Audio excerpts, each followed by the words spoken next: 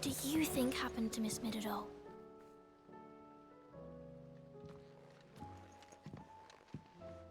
Sid, you have to help us. With what? You didn't take apart another of Mid's contraptions, did you? No? Well, yes, but that's not what we want to talk to you about. It's Miss Middledore. She's been acting strange. Very strange. She's barely ever around. When she is, she acts like we aren't even there. Her head's in a crowd. In the clouds. That's what I said, in the clouds. Well, she does have a lot on her mind. When did you last see her? Not long ago. Ah, right after she got back from saving you from Stonear. Then it's probably just about the Enterprise. It did take quite a battering on the way there and back. You didn't break it, did you, Sid? You really should be more careful around Miss Middledore's inventions. Oh, don't listen to her. Even if you did break the Enterprise, you could put it back together, couldn't you? But who's gonna put Miss Middledore back together? She seems really sad. Why don't I go and see if I can cheer her up? You do that? For us? She's in her dungeon. Don't scare him. It's not a real dungeon. Thanks for the warning.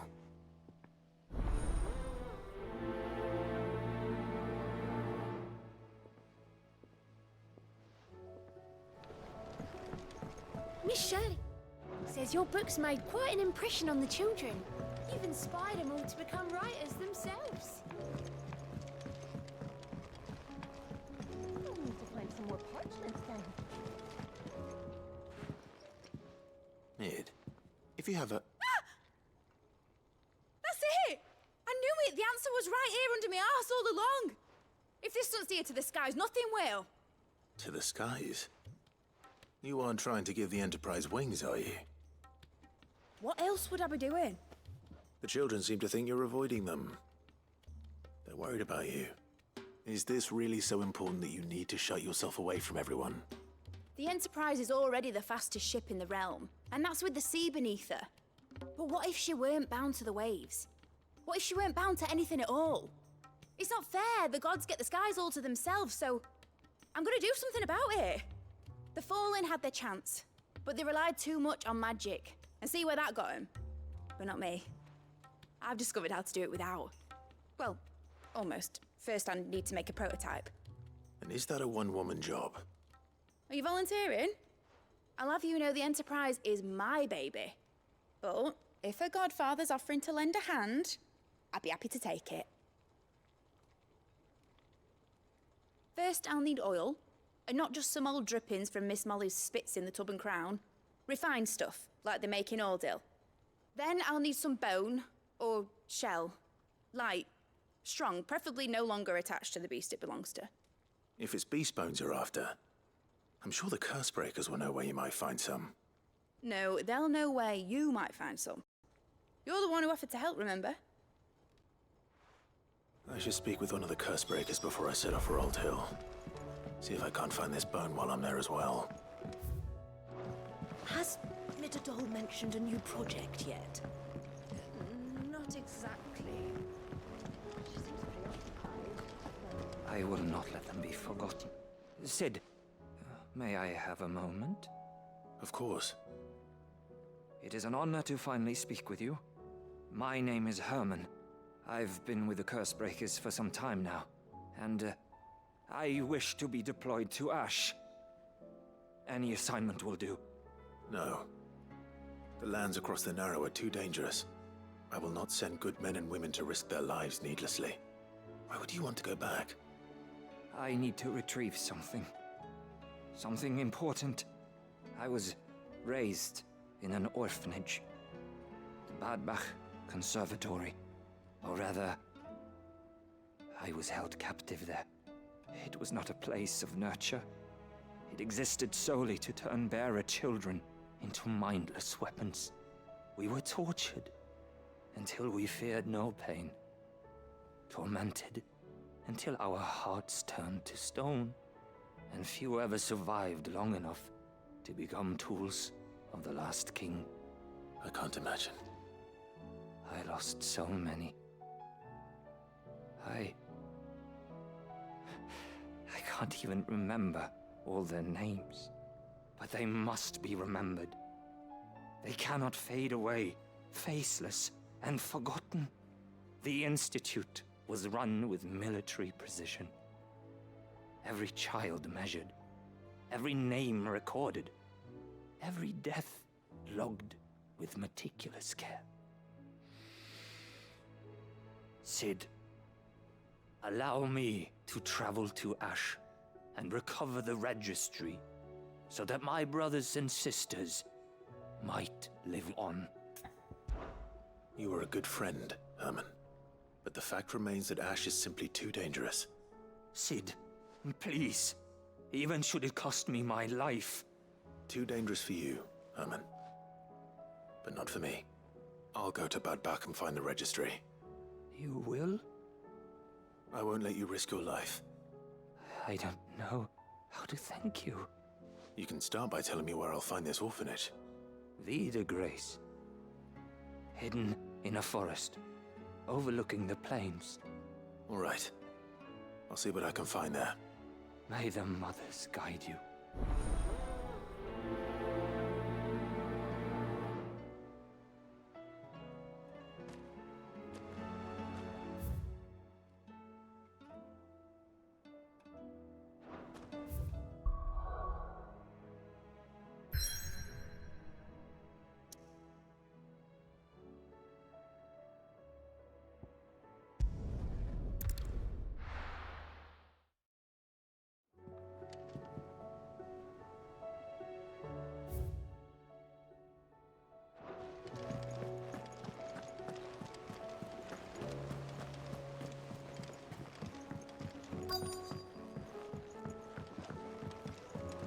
Twinside's hundreds of leagues away. All right, Sid. Come to buy us around, have you? Only if you earn it. Mid needs a piece of light but durable bone for her next project.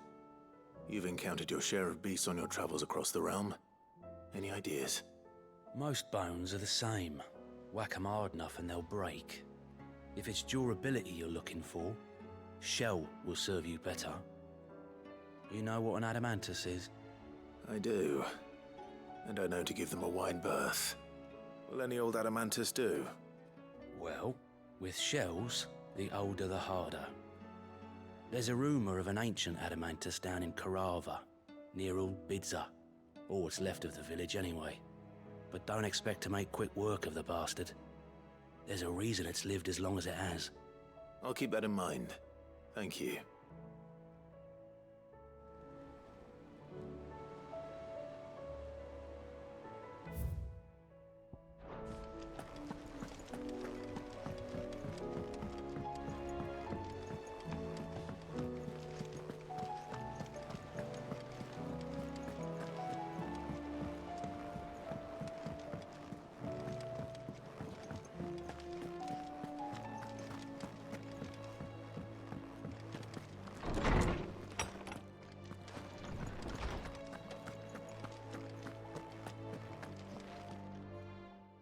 Clive, my boy.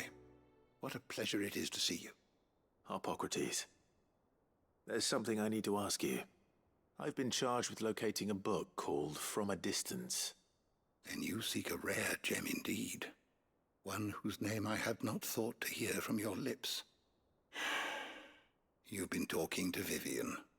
Right as always. But she didn't seem keen to tell me very much. I take it she didn't like what you had to say. And yet I gather it did naught to dissuade her. Clive, if the young professor has tasked you with obtaining a copy, I fear she asks the impossible. The executors would not allow it. The executors? Coveters of Secrets. A clandestine organization committed to the collection and intenebration of forbidden texts and technologies. One such text being the tome Vivian seeks, chronicling as it does the true history of the enslavement of bearers. A tale which could overturn the established order were it ever to become widely known. Or, so rumor has it. I've never actually read the thing, or even set eyes on it for that matter. How is it that I haven't heard of this organization?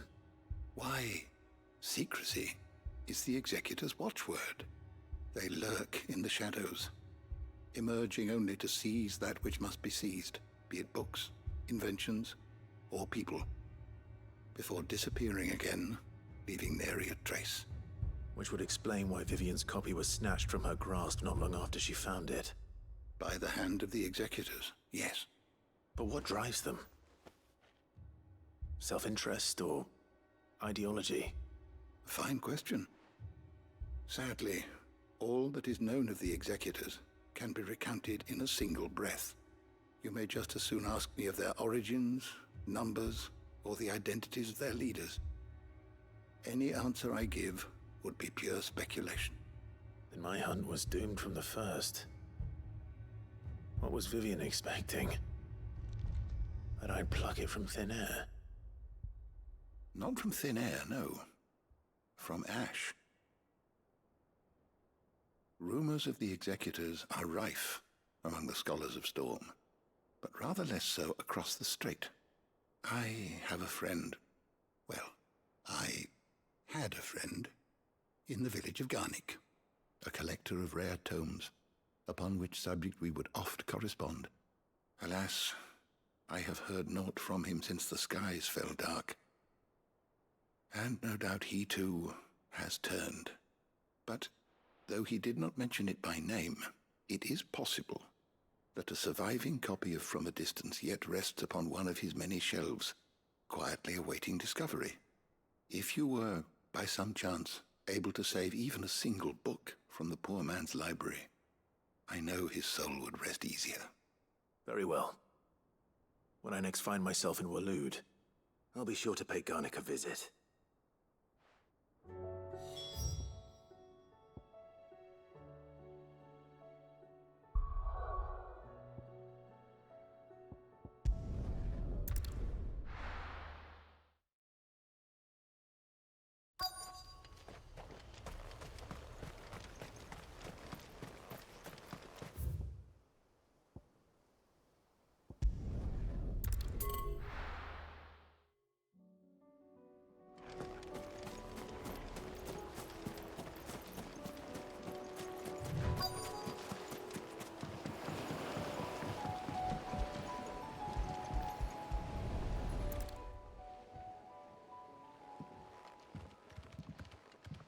It's still here. After all these years. A lot smaller than I remember. And you're a lot bigger. You might have to swim, boy.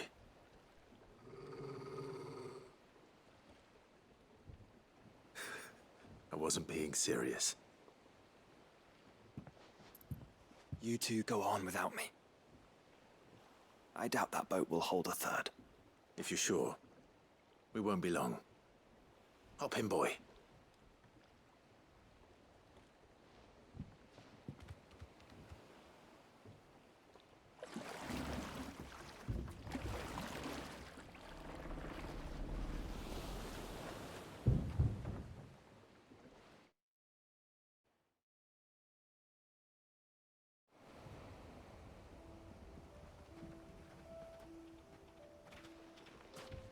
This place hasn't changed at all.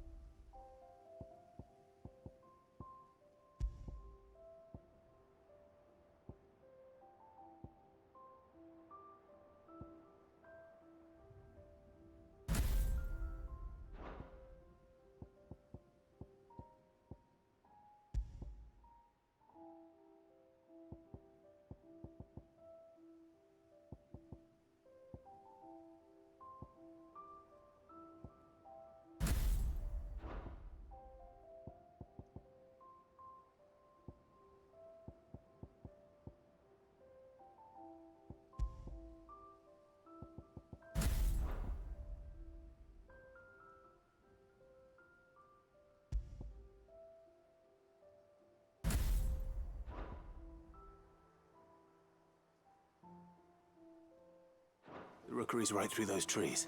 Come on. Race you there? I bet I could still beat you.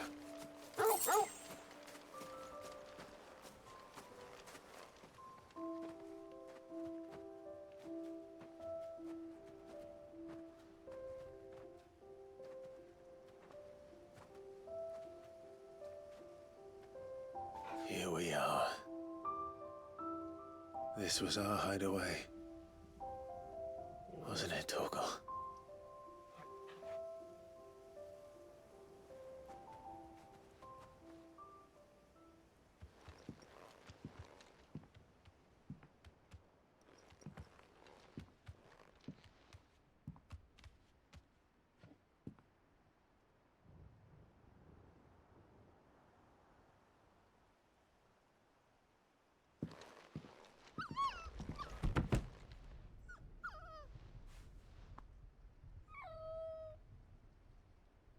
Coming here helped me to forget who I was. Or wasn't. Prince, shield. Son his mother could love.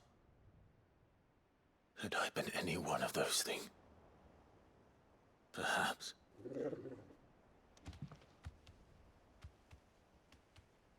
What is it, boy?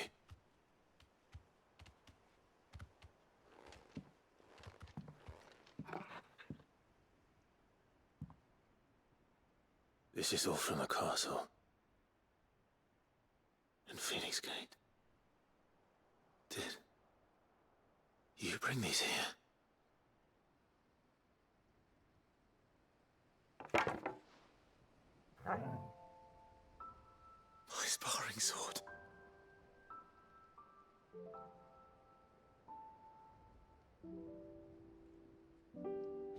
Well, well. You never stopped looking for me, did you, boy?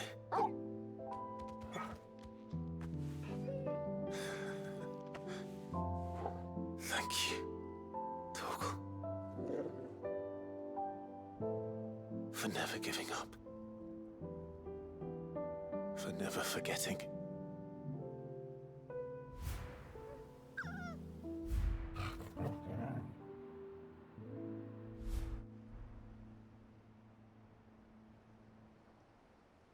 Let's take this with us, shall we? So I don't forget either.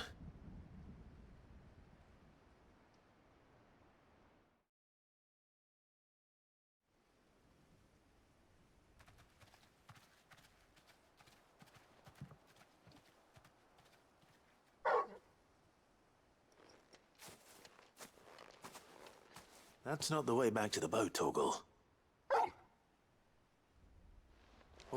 All right. I'm coming. I think I know where we're going.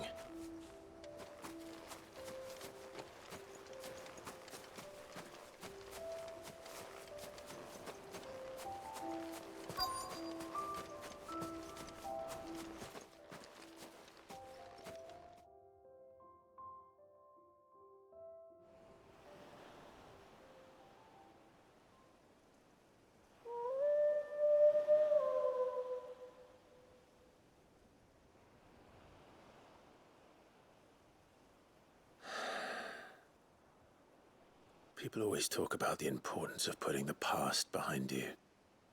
But without it, we wouldn't be who we are today. And we certainly couldn't steer our way to a better tomorrow.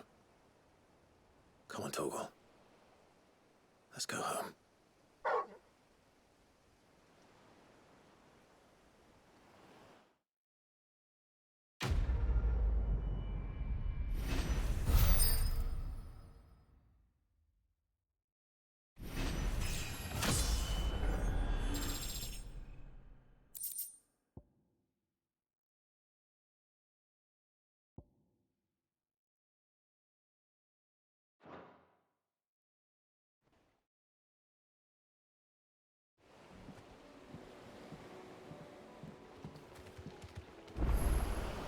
Sorry for the wait. We're ready.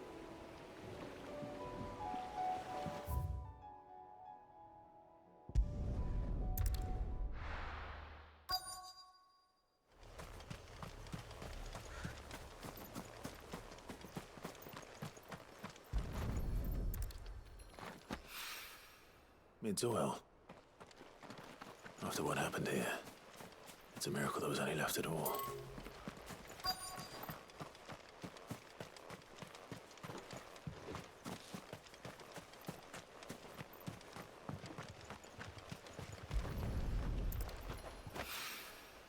This should be enough.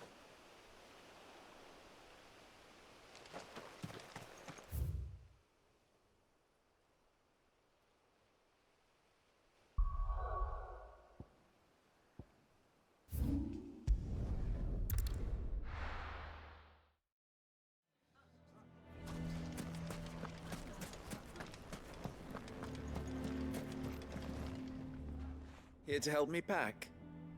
Thanks, but I'll be traveling light. I'm almost finished already, in fact. You're really going to go through with this, then? I am. But before I go, there is one small issue I'd like your assistance with. Well, two, in fact. If it's within my power to help you, I will. It's the children. I refuse to let them share in my disgrace. And if I leave them here, they surely will. Our friendship would see them ostracized forever. But I can't take them with me either. I can think of only one place where they are certain to be safe, and provided for, and loved. The Hideaway. Of course.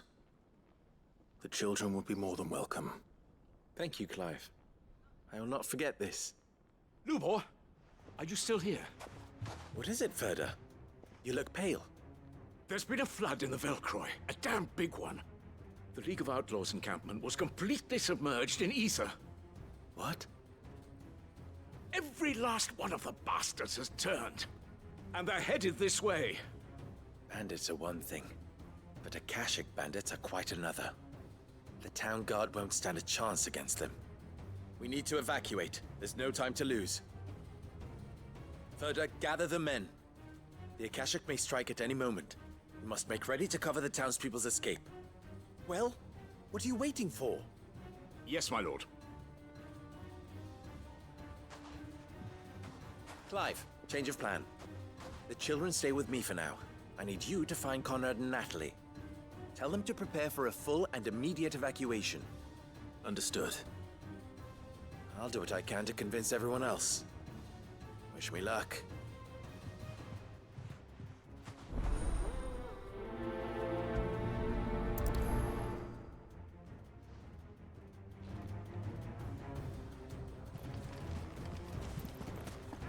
You have to listen to me. They're coming. Why do they always have to make such a fuss outside?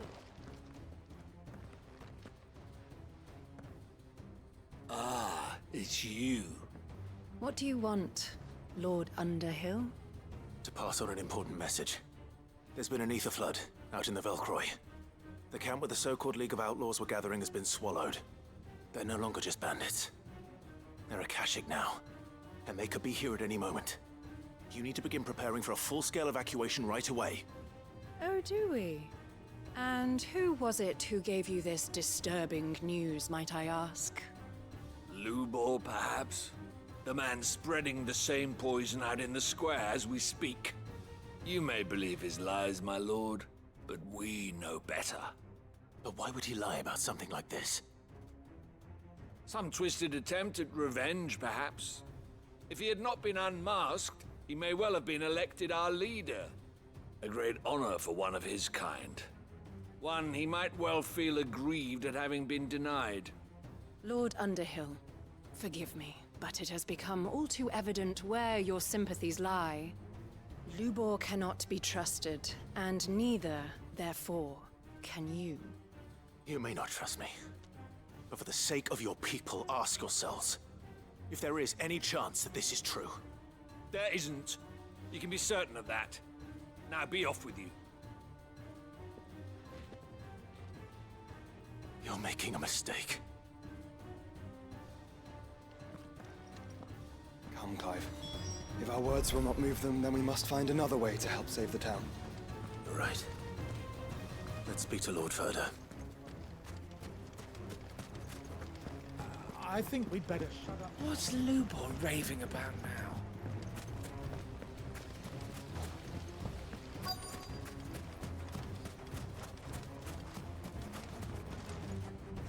Lord Furder.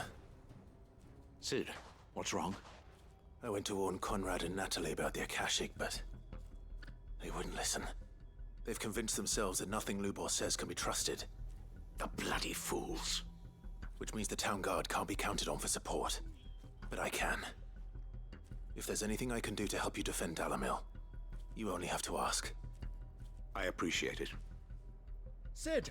Further! I've been looking for you everywhere. Victor? I thought you'd left. I couldn't abandon a friend in need. And Blue Boy is in need at this very moment. Come quickly.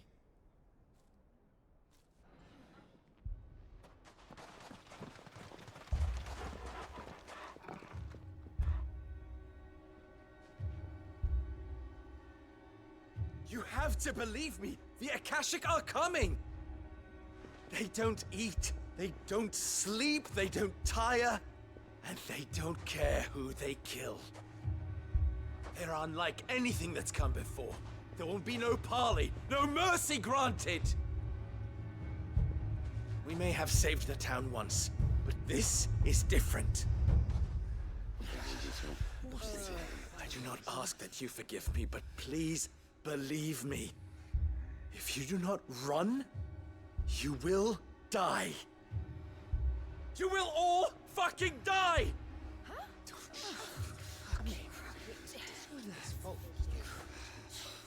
You'd like that, wouldn't you, bearer? Yeah, with us out of the way, your kind will be free to claim Dalamil for yourselves. You should run! Run, bearer! Yeah, run! Run! Far away! Run! Just go! Yeah. Yeah. Yes! Go! Come on, then. Go on! Just go. Just go. Lubor, wait. Someone's coming. Go! Come on! Stop! You're hurting him!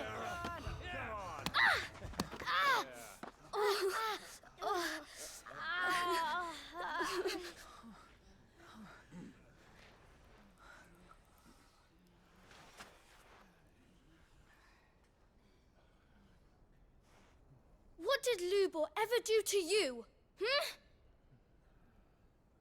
He solves all your stupid problems, and he keeps all of you safe. You know there's nothing he wouldn't do for this town. Who was it who made that cleaver you use every day, Conrad? And what about your counting table, Natalie? Who fixed that? Whose men make sure the streets are clean so all your boots don't get dirty? Who spends all day, every day making sure things run smoothly round here? And none of you ever say thank you. Ever. But did Lubor ever complain? Well, does he ever stop smiling? He keeps this whole place going. And you act like it doesn't even exist.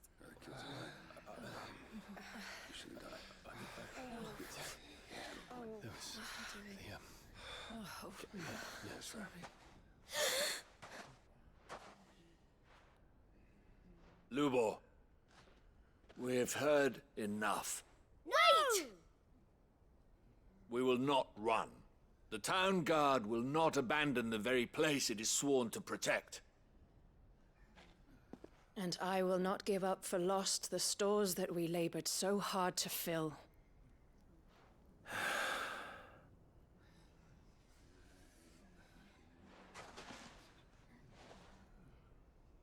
So tell us, how do you propose we deal with these Akashic of yours?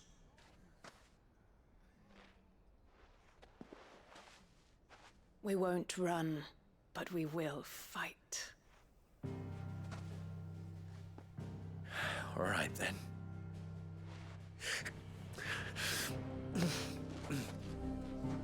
Fine.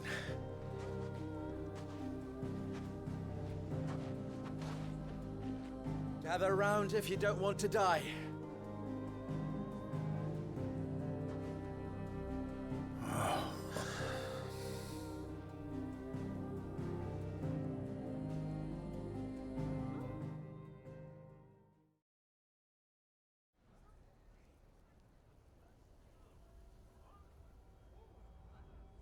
Allow me to explain the situation. The ether flood occurred near the village of Cheratina, deep in the Velcroy.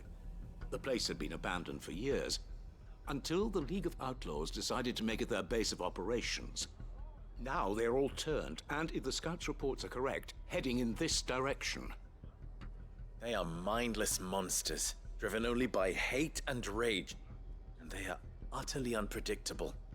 With the bandits, we at least knew how and where they were likely to attack.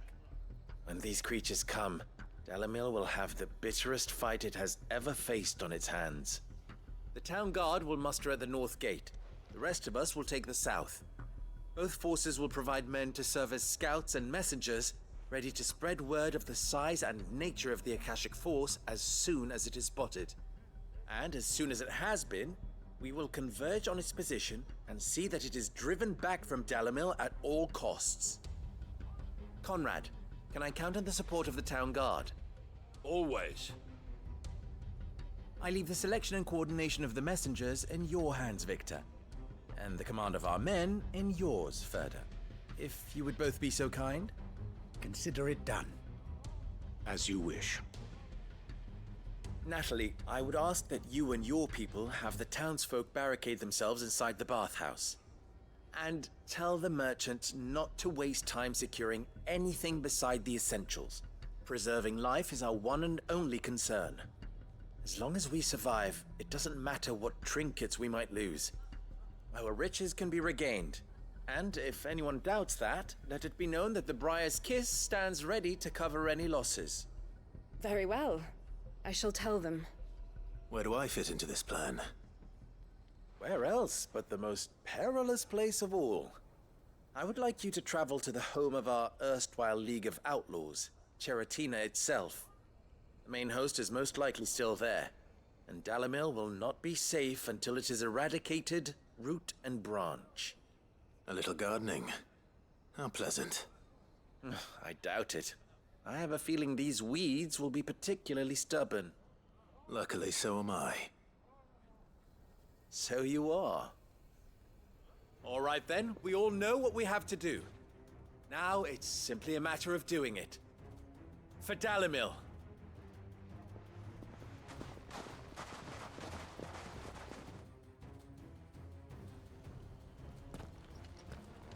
Looks like everyone's ready. I'd better not keep them waiting.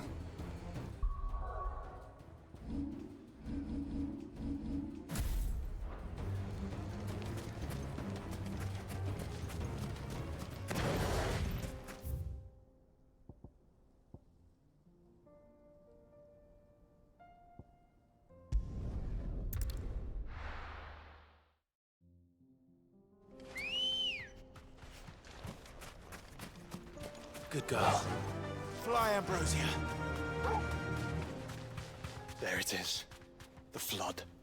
But what's waiting for us inside?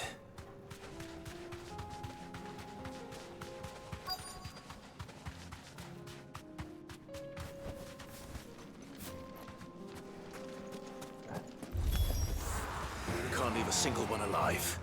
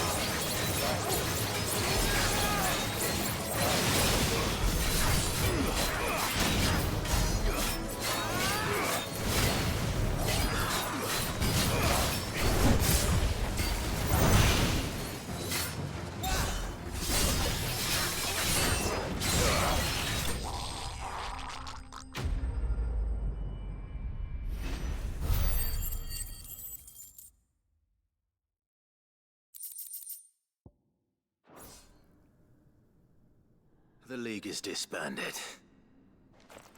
I should get back to Dalimil and see how the others fared.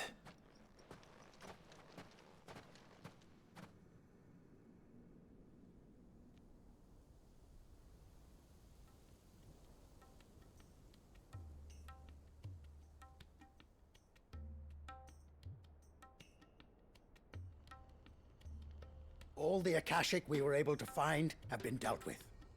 Seems that might be the last of them. Last of them here, perhaps. Lubo, Sir Clive has returned. Clive! What news from Charatina? It's done. Root and branch. I knew you wouldn't let me down. Thank you, my lord. Friends, the Horde has been driven back. The Akashic have been defeated. And we need not fear the arrival of any more, thanks to Clive. Victory is ours. We bloody did it! We saved Dalimil. Lubor, allow me to apologize. After all you have done for this town, we should never have doubted you. But we did. And for that we are truly sorry. We only hope that you can forgive us. We need you, Lubor. Dalimil needs you. So, if you would still like to be considered for the position of mayor, you have our backing. You do remember that I'm a bearer, don't you? We do. But that is not a stain on your character. It is a stain on ours. We thought only of what we perceived bearers to be, not what you truly are. The man who saved Dalimil twice over. I see. But I will only accept your proposal on 2 conditions. Name them. Firstly, that you will both do everything in your power to rally your people to my cause. If the Town Guard and the Merchants League do not accept my leadership, it will be doomed from the start. Unity is the key to defending Dalimil, and I do not doubt that we shall need to call on our combined strength again. When that time comes, I will expect us all to pull together, just as we did today. Of course. You have our word. And secondly, you will accept that if I am to lead you, the mistreatment of bearers must end here in Dalimil. Any bearer within our walls shall be afforded the same rights as any other citizen. They will not be judged by what they are, but who they are. As we failed to do, and came so close to losing everything. We agree to your conditions. And we have only one in return. That you continue to work for the good of Dalimil, as you always have. Condition accepted. Well then, it seems my mayorship is all but confirmed. Do I get some sort of special hat?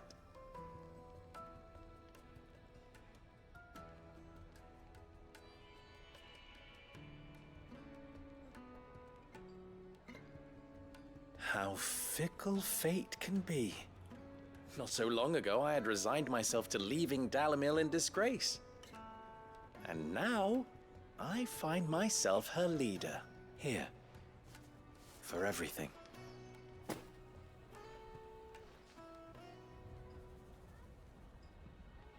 Lubo, about the children. Fear not, you are of course relieved of your responsibility. I would sooner face another horde of Akashic than see them brought up as outlaws. I'll make sure they're safe here.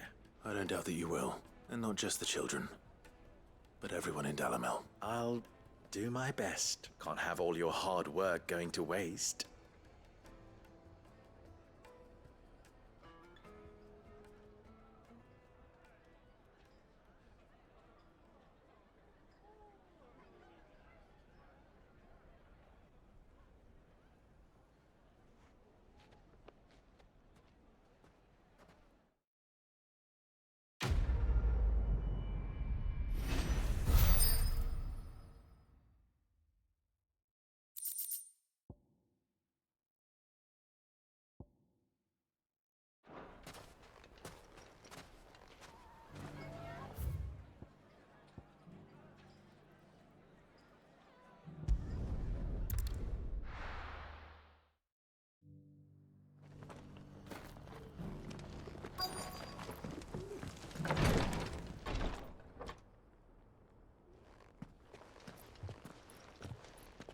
Your Grace, my lord, I trust your journey was not overly onerous. Cyril, you found a letter from Father? Yes, I have it here.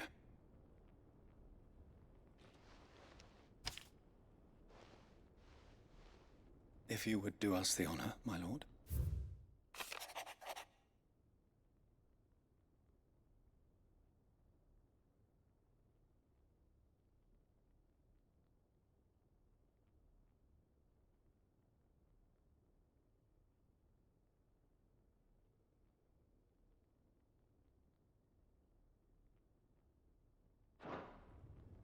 An inheritance. It would seem the late Archduke penned this missive shortly before his passing. The day before we left for Phoenix Gate. What are these plans he spoke of? His plans for the duchy, Your Grace. Your father entrusted them to my predecessor, the former bearer of the Burning Quill, who entrusted them in turn to me. The complete emancipation of bearers is their stated aim. But your father's dream did not end there. His Grace also spoke of building hospices to care for those stricken by the curse, and the founding of a new university to further the development of non-magical technologies. With the blight spreading ever more widely across the twins, Archduke Elwyn saw this as the only means of securing Rosaria's survival. He wished to see men and bearers treated as equals. To see centuries of common wisdom overturned. Small wonder he did not think it achievable within his lifetime. But he thought it achievable nonetheless. Had he not, he would never have written this message. Nor would he have entrusted his vision to his most faithful aides, those who would have stood with you, shielded you from the machinations of the less benevolent personages at court. It's a pity only they are still with us. 'Tis true that those most loyal to your father were the first to suffer the Duchess's wrath. But one at least remains, and she has come bearing gifts. What do you mean? Mayhap it is better that she explain, my lord. After all, the duties entrusted to me by my predecessor extended only to recovering His Grace's will and arranging a meeting with the one who might execute it, or a part of it at least. And where is this woman? She awaits you in the archive, Your Grace. Thank you, Cyril. Shall we then?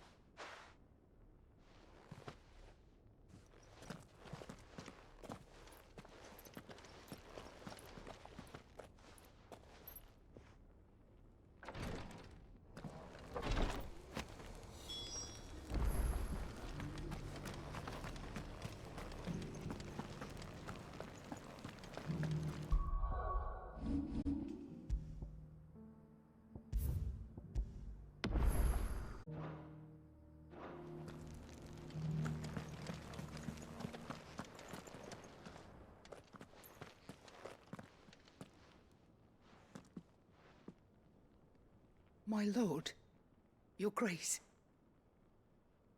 I hardly recognize you.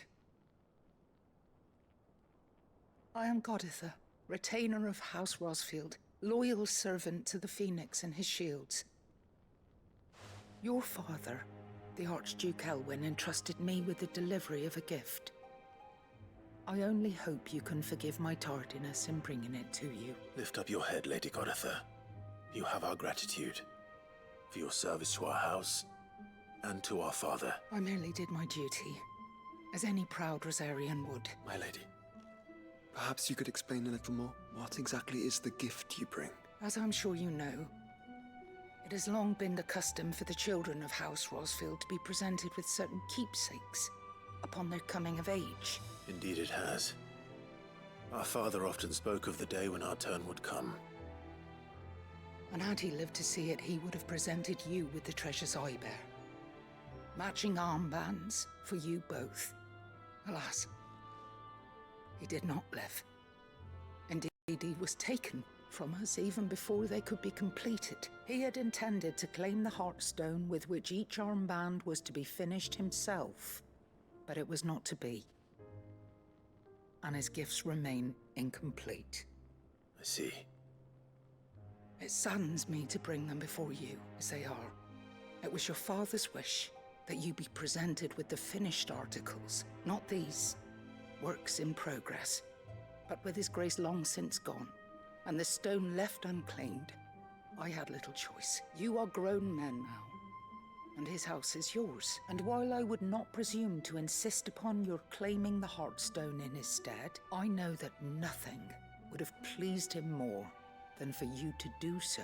Thank you, Lady Goditha. What say you, Clive? What else? Of course, my lady. May our father's will be done. Oh, I am much obliged. Do you know where we might find this Heartstone, my lady? I do. Though it may be a matter of a good deal more than simply happening upon it. It is found in the bellies of elder griffins, you see. We do at least know where to find one. A certain specimen has made its nest in Titan's Wake, not far from here. A certain specimen? You are most perceptive, Your Grace. In answer to your unspoken question, yes, in fact, this is the very same beast your father meant to slay. I have been tracking its movements since you were but a boy. Were you to slay it in his stead, as men of House Rosfield, it would surely make your father proud. What say you, Joshua? What else?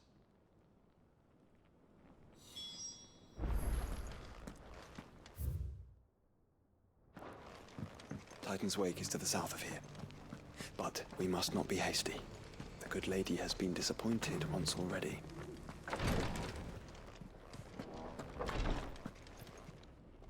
Lord Marquis, if you have a moment. What is it, Cyril? One of our brethren lately journeyed across the strait in order to pursue a new avenue of inquiry in our ongoing investigation. He sent an owl some while ago, but we have heard naught from him since. Was he surveying another fallen ruin? No. The object of his study was a savior cult that has arisen in Ash in recent years. We believe it may have some connection to the Circle of Malleus, an ancient religion that worshipped Ultima as its god. By gaining an understanding of this new faith, we hoped to learn more of the Circle's original beliefs. And so you sent one of your brothers to Ash? A continent teeming with orcs and Akashic? Fully cognizant of the risks, yes. I entrusted the mission to one of the most able of our order, the Third Chair, a master of the arts of combat and survival both. Though he has been silent for some days now, I have thus far refrained from sending any others in search of him, lest they be lost in turn. Yet, it seemed only right to inform you of the situation, given your unique experience of the perils of Ash. For as you so earnestly advised me, it would not do to abandon a man to his fate, when he might yet be saved. It would not. But Ash is a big place. Can you be any more specific? Perhaps. The last owl I received from him mentioned a village where he had heard the cult were wont to assemble. Mickleburg was its name. It lies in the southern reaches of Waloed. If aught ill befell him, I expect it did so there. Right. I'll see what I can do. You are much too kind, my lord. Go then, with my hopes, and may the Firebird's flame ever burn in your heart.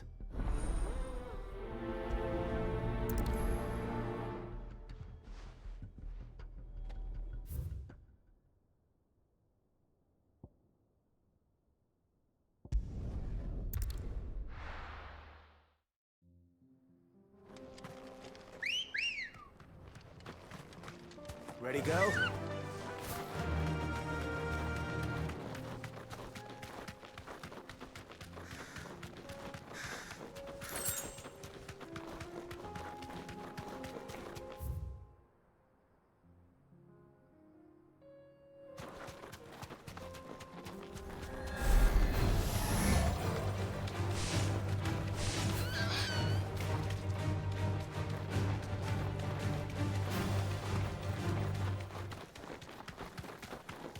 Eyes peeled, Joshua.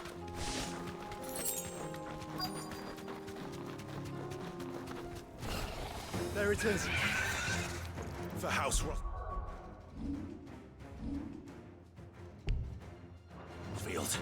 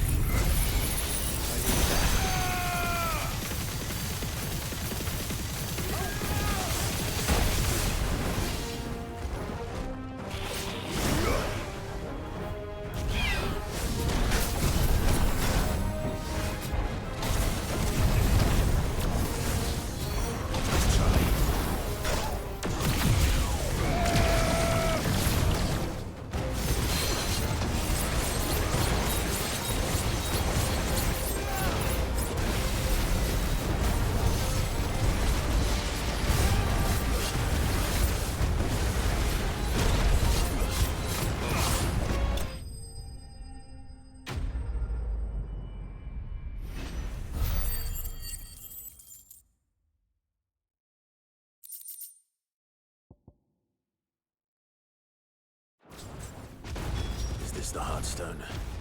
I expect Lady Goditha will know.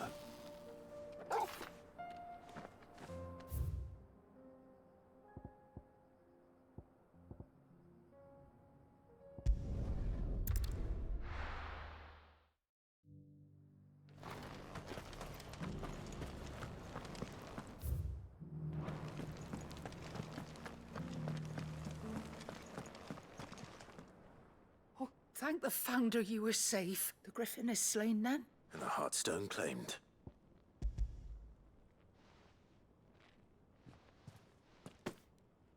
Yes. This radiant luster, like frozen flame. It is just as your father described it. Thank you, my lord. Your Grace, your father would be so proud. Lady Goditha, the lapidary is ready. Thank you, Cyril.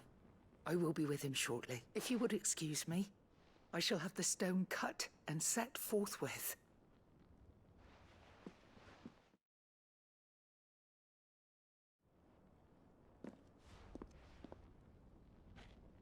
The armbands are complete. Pray, take them. They are yours. After all, Heartstone is harder and more enduring than garnet, or even ruby. It symbolizes unwavering will and devotion. And the graven vines encircling the stone represent the unbreakable bonds between you. It's a message. Father knew we had enemies both inside and outside the duchy. Enemies who would thwart his vision. Only with unwavering devotion would it ever be realized. And only if we stood together, as Phoenix and Shield, as brothers in arms. Only then might those enemies be overcome. Indeed. His Grace knew the enormity of the task he would entrust to you, his heirs. But this was more than just a message. It was a promise. That he would always be with you. Thank you, Lady Goditha, for remaining the steadfast custodian of our father's will. Forgive me, my lady, but there is something I don't quite understand. The Undying told me that after Father died, Mother claimed all of the ducal treasures for her own. Even if the armbands were incomplete, she would surely not have overlooked them. So, how were you able to keep them from her? Because I was the keeper of the vault. Though I was but a lowly servant, your father spoke to me of his intentions for the bands, of the deep love he had for both of you, and his hopes for your future. In the days before the disaster at Phoenix Gate, I discovered that the Duchess had ordered her jewelry be sent away from the castle. It was then that I knew she meant to betray us. I tried to warn your father, but it was too late. When word of the fire reached Rosalith, I knew my time was short. So I took up the armbands and I fled into the night. And thank the Founder you did. Yet my duty to your father was incomplete. Not knowing what else to do, I followed the Griffin, thinking I might claim the Heartstone on its passing. And so my pursuit continued, until Lord Cyril appeared before me. He informed me that His Grace's will had been recovered, and that his sons were alive and well. Lady Goditha, on behalf of my father and all the people of Rosaria, I thank you for your loyal service. As do I. Thank you, my lord. Your Grace, for coming back to us, for giving my service meaning.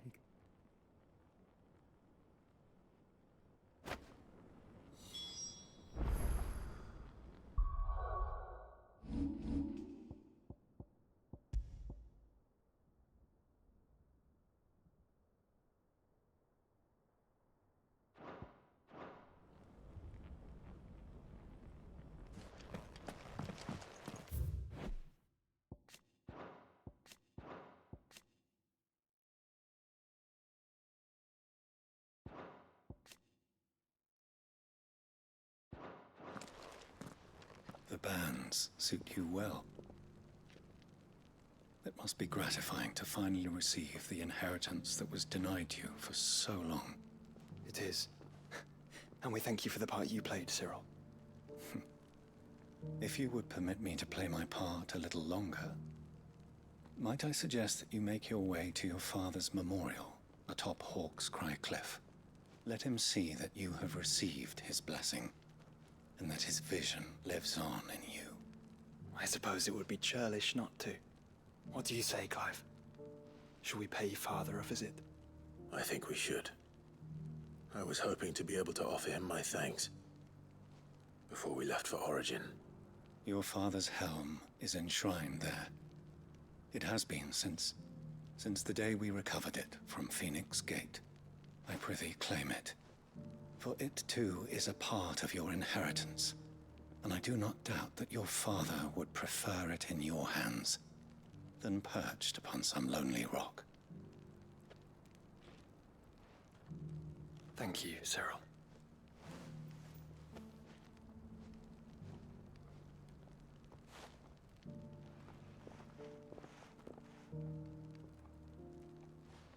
Come on, Clive. He's waiting.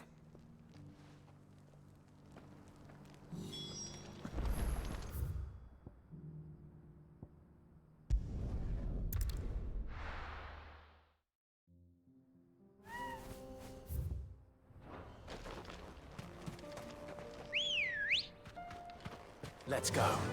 Yeah!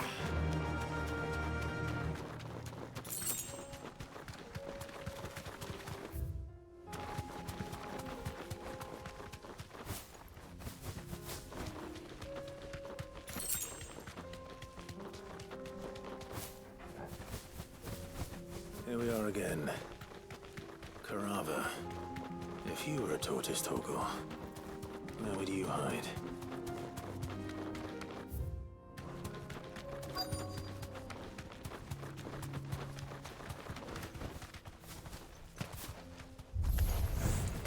Looks like we found him.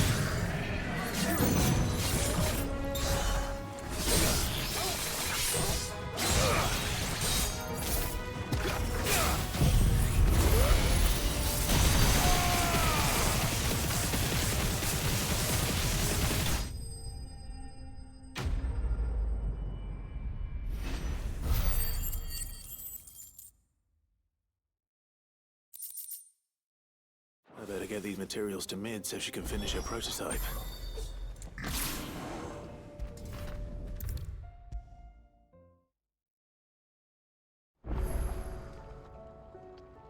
Mid, tell me this is all you need.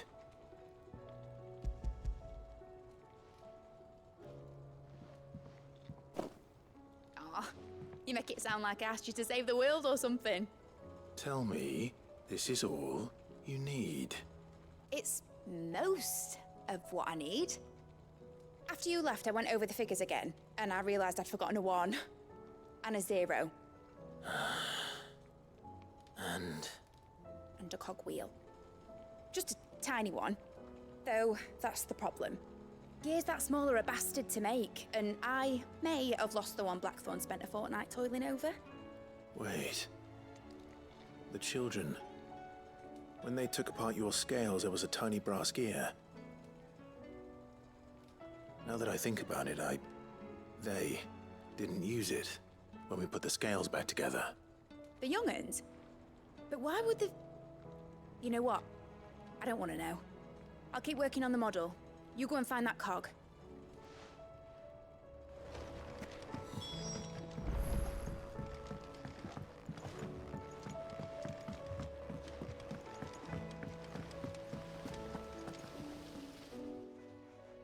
Sid! Is Mid still hiding from us? She wasn't hiding. She's fine. She's just busy working on her next project.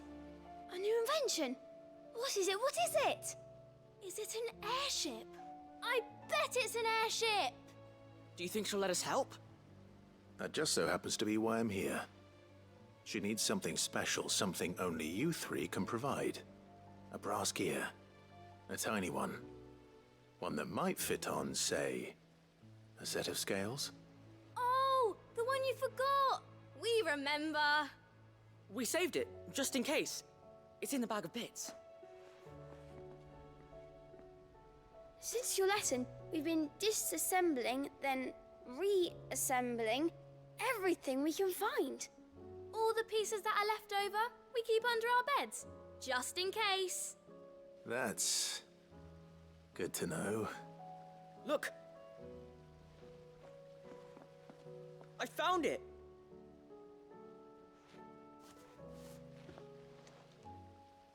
Is that all? Just the gear? We have more parts if Mid needs them. That's all for now. But I'll let Mid know about your hoard. Just in case. Thanks, Sid.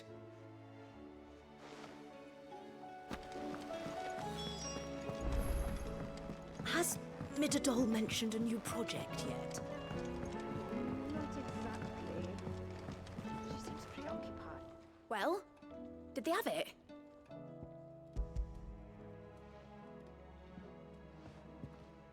They did. And they kept it somewhere nice and safe. Will it work? Will it work? He's perfect! You're a genius, Clive. What exactly are you going to use it for? Only the most important job of all. The wings aren't going to move on their own, but with the right cog in the right place. Well, you just wait and see.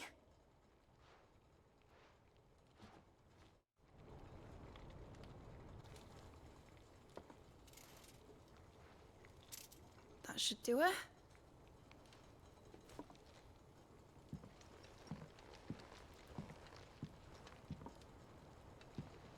Here goes nothing.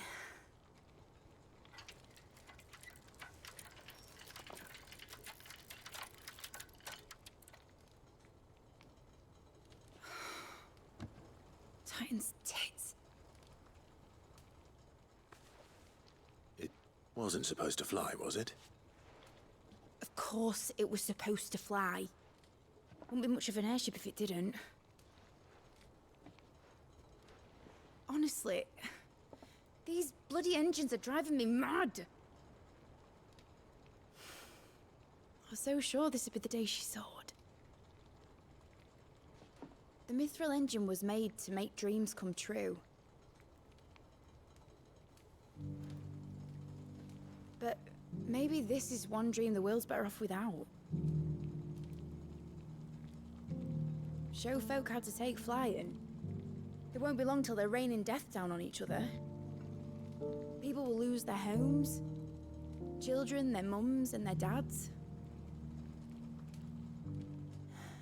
Like I lost mine.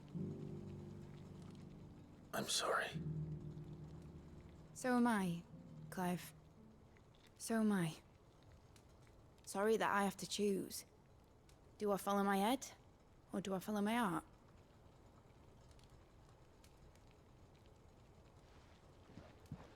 Good question. The first time I stood on the deck of your ship, felt the wind in my hair. It was like I was flying. But imagine how it would feel to actually do it. My dad always said there were two ways of living life. Chasing a dream or shuffling to your grave. And he were right. Right about a lot of things. Not that I like to admit it. People need dreams to chase. Especially in a world like this.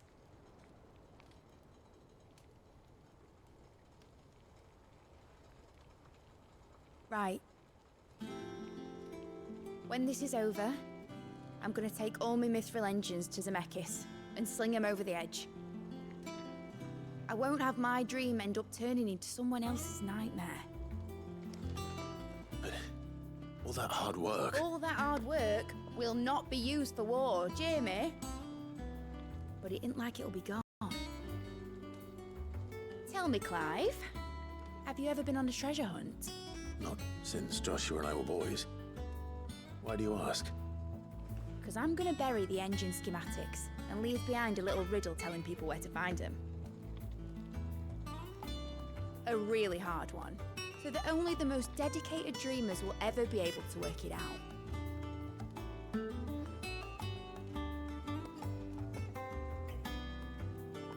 Ooh, I can picture it now. Some daft general squinting at the words with a gormless expression on his mug. Like that one, yeah. Right.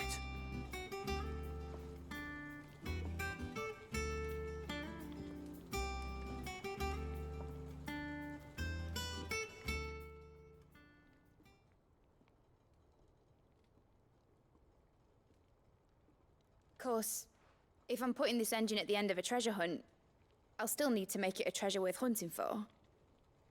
Won't be much of a prize if it couldn't even make a toy boat fly after all. My dad always said, dream big. But it ain't the size of a dream that's important, is it, Clive? Only that it's a good one. And I reckon I've got a fair few good uns left in me. I'm sure you do.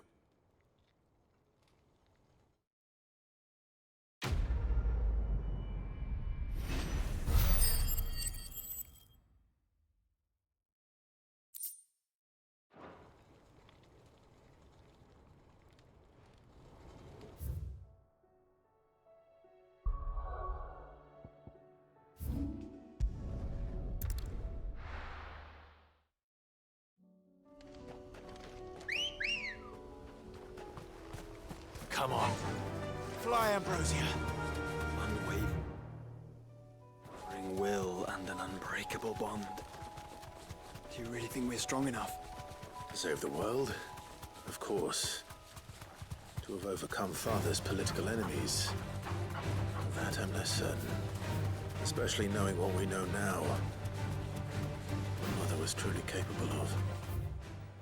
But perhaps these bands would have helped. Knowing he was with us would have made it. It's just back there.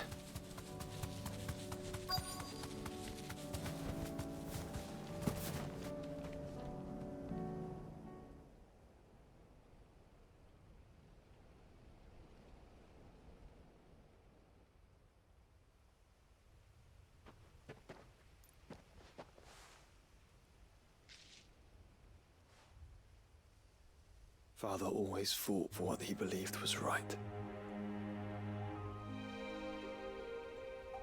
It wasn't until that night at Phoenix Gate that I realized I had never fought for anything. I always had someone else to do the fighting for me.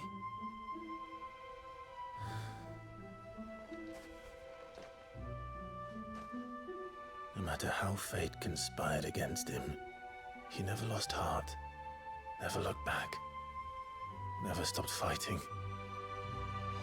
To me, he was the greatest of men. And I've been trying to live up to his ideals ever since.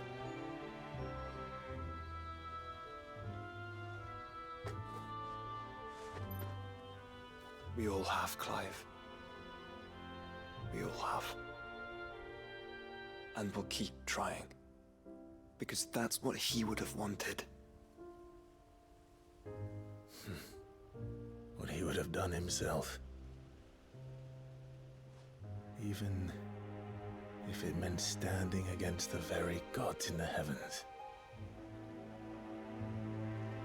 I shall be borrowing this, Father, if I may. That you might watch over us as we follow in your footsteps.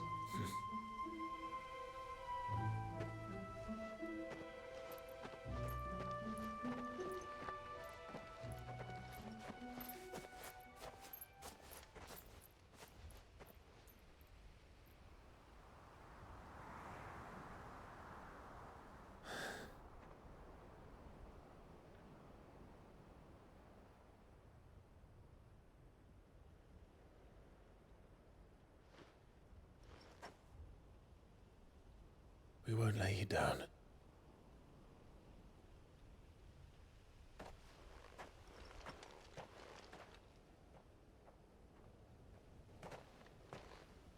Onward then. Onward. To the end. And to a new beginning.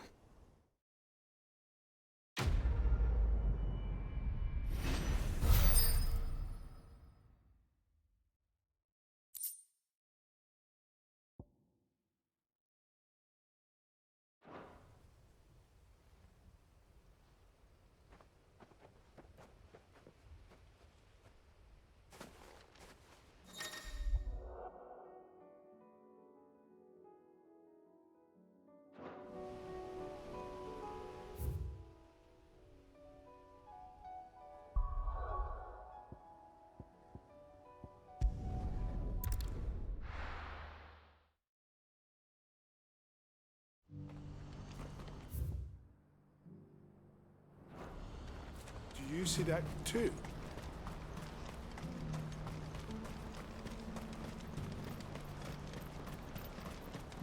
Papa? What is...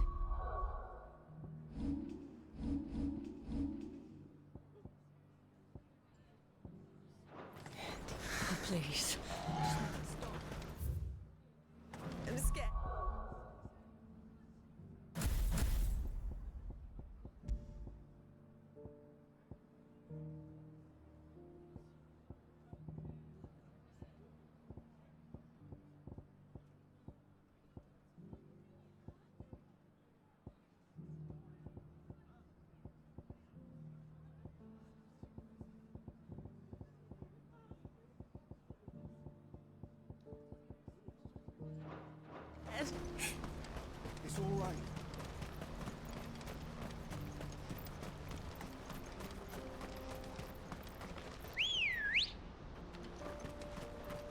Good girl.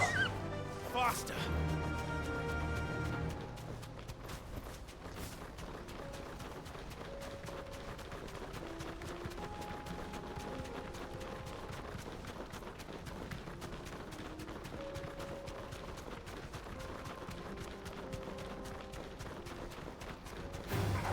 Time to fight.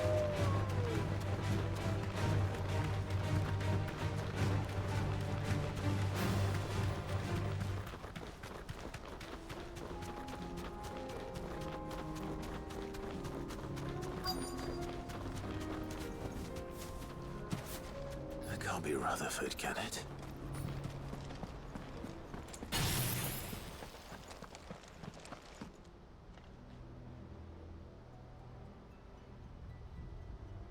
Turncoats and cowards, the lot of you! If it's a fight you want, it's a fight you shall have! Allow me. I don't need your... Please, Field Marshal, oblige him. This won't take long. You're right. It won't. Men, finish him.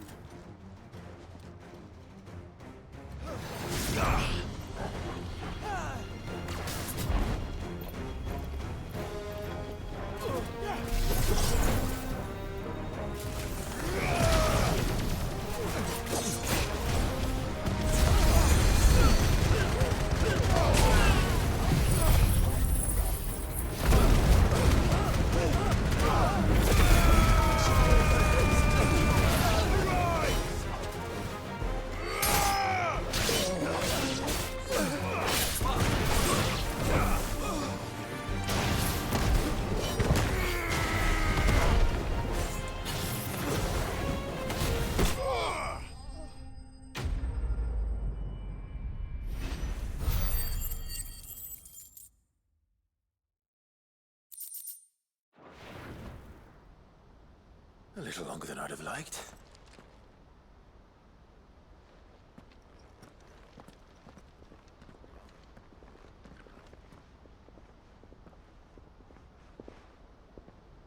Field Marshal Havel, I presume.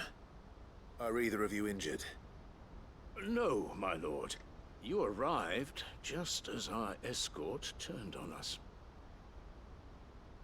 Fucking traitors. I'd heard reports of soldiers in the outlying regions abandoning the oaths they swore. But I hadn't thought the corruption had reached so close to the heart of the Republic. It's a fucking disgrace. Your interfering old bastard of an uncle tried to warn me, of course. My lord Marquis. Or is Sid the Outlaw more to your liking? Call me what you want.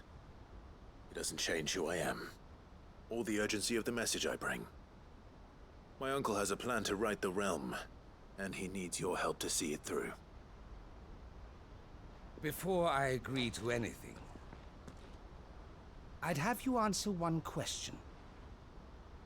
What do you stand to gain from all this?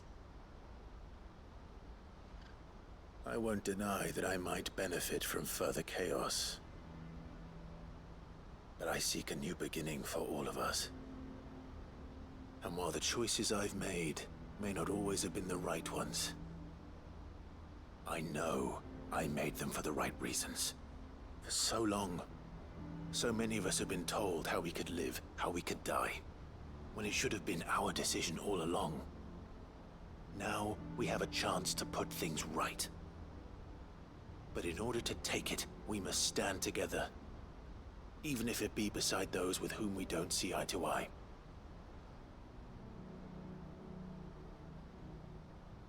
Certainly not the words I expected from an outlaw. But perhaps your uncle was right.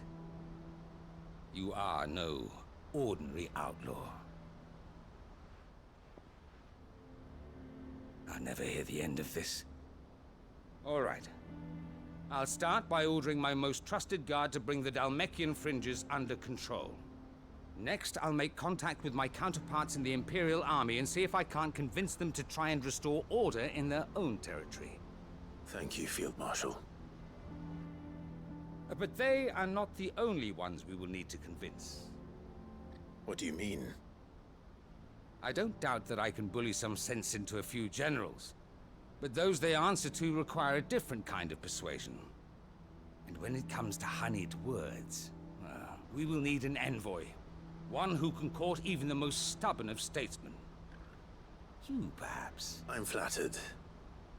But I'm no diplomat either, and I have other problems to attend to. What we need is a skilled arbitrator. And I may know just the person. Is that so? And would he happen to be an outlaw too? Of a different kind, perhaps. Beggars can't be choosers. I suppose we'll all have to find a little of the outlaw in ourselves if we're to make it through this. Very well. Send your man to me right away. I shall.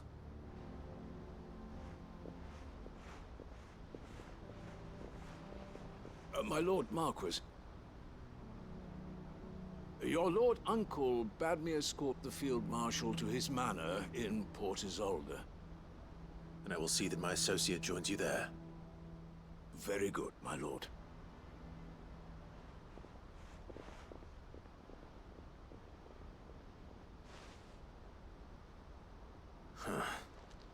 An envoy. I'm not sure I'm the man to talk anyone round. I can barely convince my brother to take his medicine. No. This is a job for someone with experience. Someone like Quentin. I hope I can convince him at least.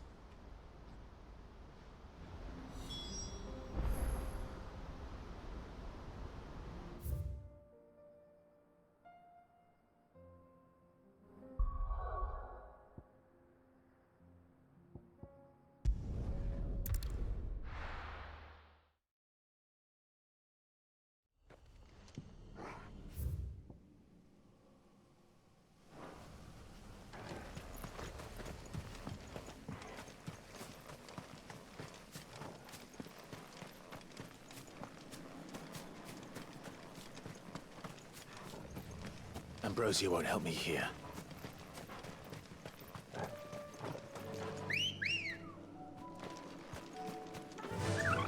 Yeah!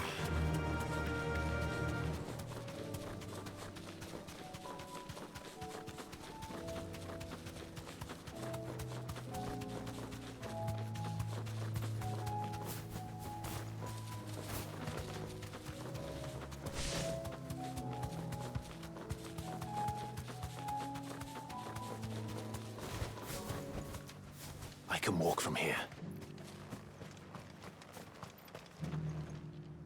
Quentin, I have a proposal for you. Do you now? Something tells me you'll be asking more of me than a cask of Gotand gold. Go on then. Propose.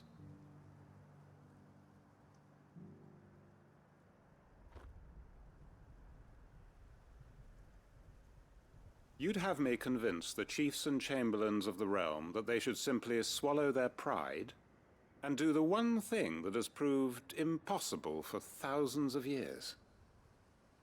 Was there anything else? Perhaps I can fetch you a meat pie as well. I know it's a lot to ask, but I can think of none better suited to the role. And you'd have me give up what little I have left to do it. I told you, Clive. The people of Lostwing are my family, and I cannot abandon them. You'll have to find someone else. I'm sorry to hear that. So am I. And why might that be? What he's asking. How's it any different to what you've done so far? They want you to speak for those who can't speak for themselves. That's what you do best. If it's the vineyard you're worried about, we'll see that the grapes are picked and the tons filled. You know we will. It's not that. Then what is it? You said yourself we're family. Don't you trust us? You know that's not what I'm... Then what are you saying? That only we are worth saving? Why turn your back on everyone else? You convinced us we could build new lives for ourselves, and if you can do that, who's to say you couldn't convince the entire realm? A stirring argument. I fear that any rejoinder I make might fall somewhat flat by comparison. So you'll join us? Where do you need me? Field Marshal Havel will want to speak with you in person. He's currently in Port Isolde. I can arrange for a party of Cursebreakers to accompany you there. That would be very much appreciated. I hear the roads are far from safe these days. Hopefully not for long. My uncle will want to know that his plan is taking shape.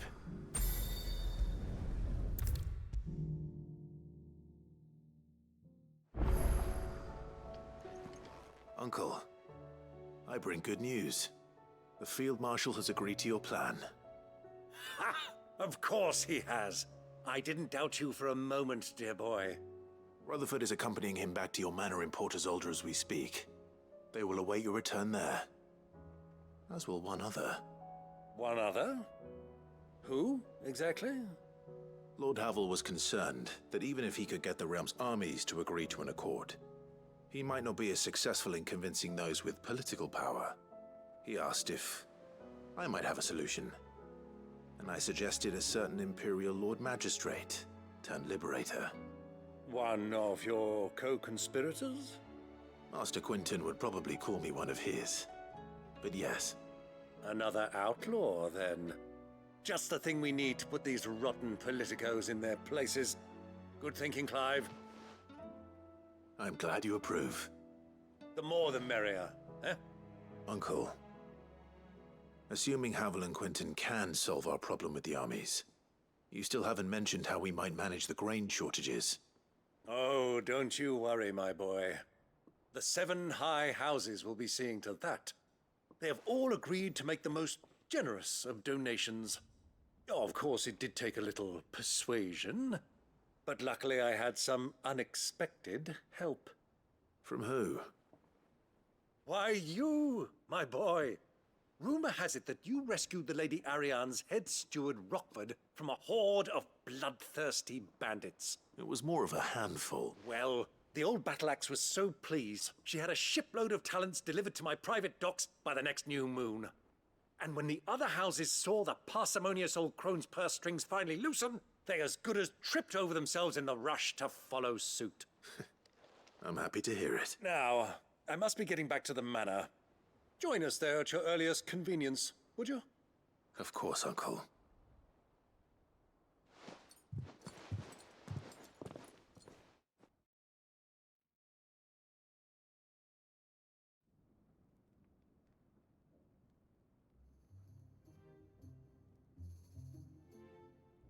And how, pray tell, will we get that grain to the capital if the roads are still overrun with Akashic?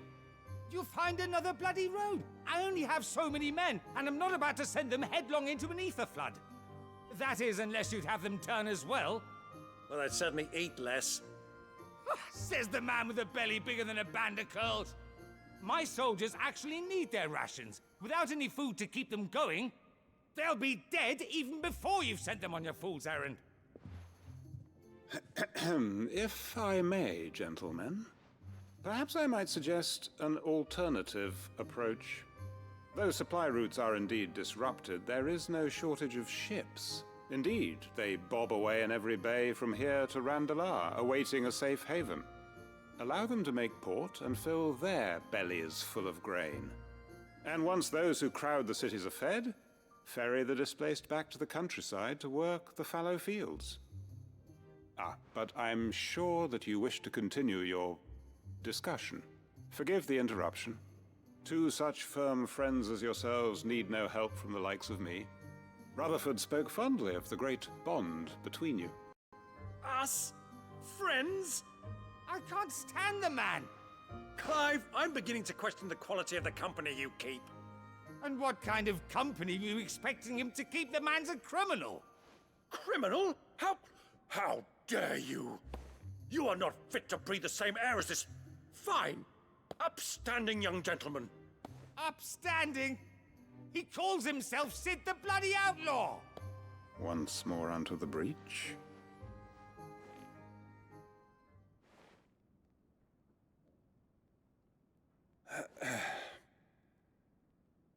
Shall we begin again? What we seek here is not to create a new nation, nor to claim the thrones of those that already exist. We wish simply to bring stability to the realm that mankind might weather the current storm. And to do that, we must convince those in power, the generals, the statesmen, the nobles, that our cause is just. There will be disagreements, yes. And I imagine some resistance, much resistance. But we cannot let that deter us. If we show them the path, show them that we walk it ourselves, then I am confident they will follow. The fate of the world lies in my nephew's hands, but the well-being of her people lies in ours. And we must not squander the chance that Clive has given us. Uncle Byron, Now, with that settled, let's move on to the signing of the Accord. For what great moment in history hasn't been accompanied by a little ceremony?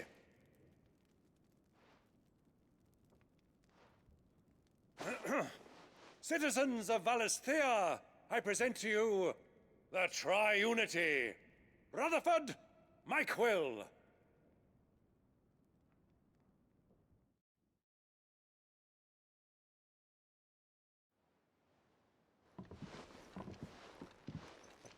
Well, my boy, the stage is set. That it is. This is the role you were born for. Now I ask only that you trust in the talents of your supporting cast. We shall play our parts to the best of our abilities, that you might have the opportunity to shine. The realm needs its Sir Crandall. And there is no better Crandall than you, Clive. I want you to keep this signed accord as proof of our faith in you. I will. Thank you, Uncle.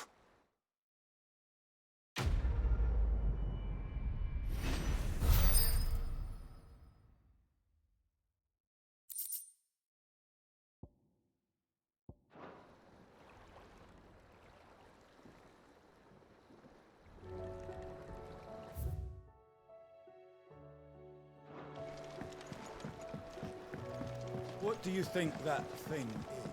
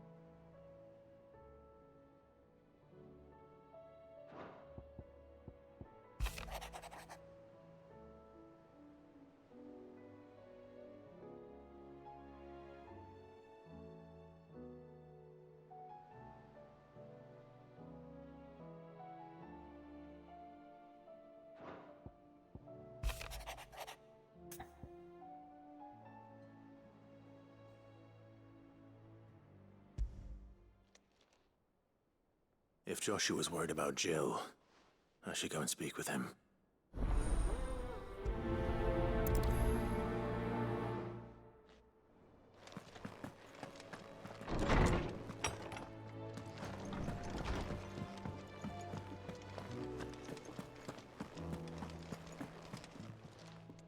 Clive, going purse weighing you down? It'd better all be here.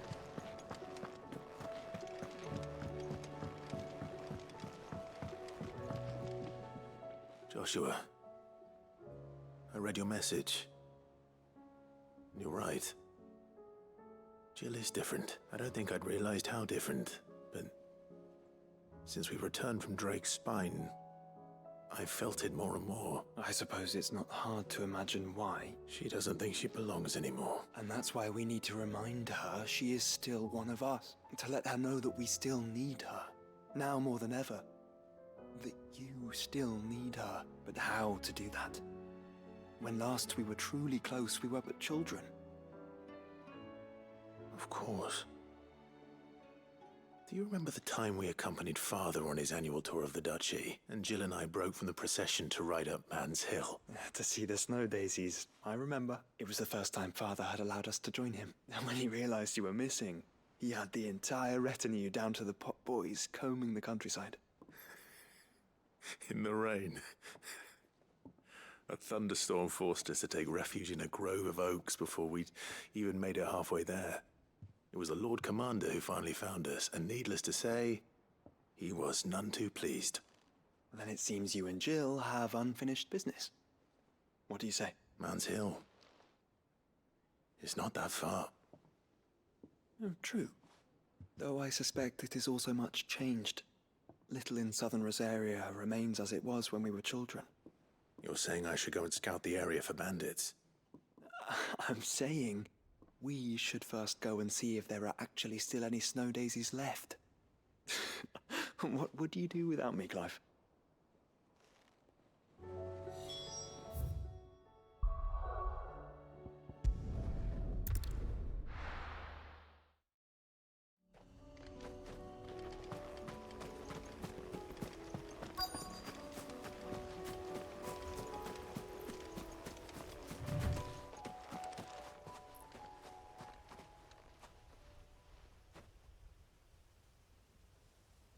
This is the place, but... I'm sorry, Clive.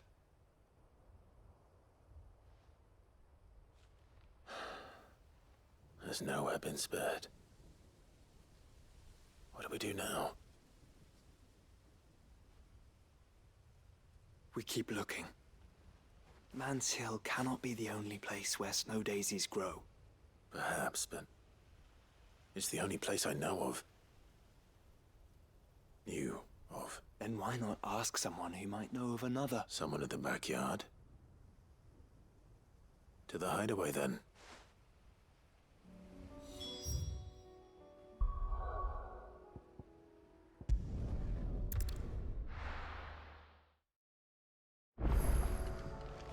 Let's hope one of the gardeners knows where to find snow daisies.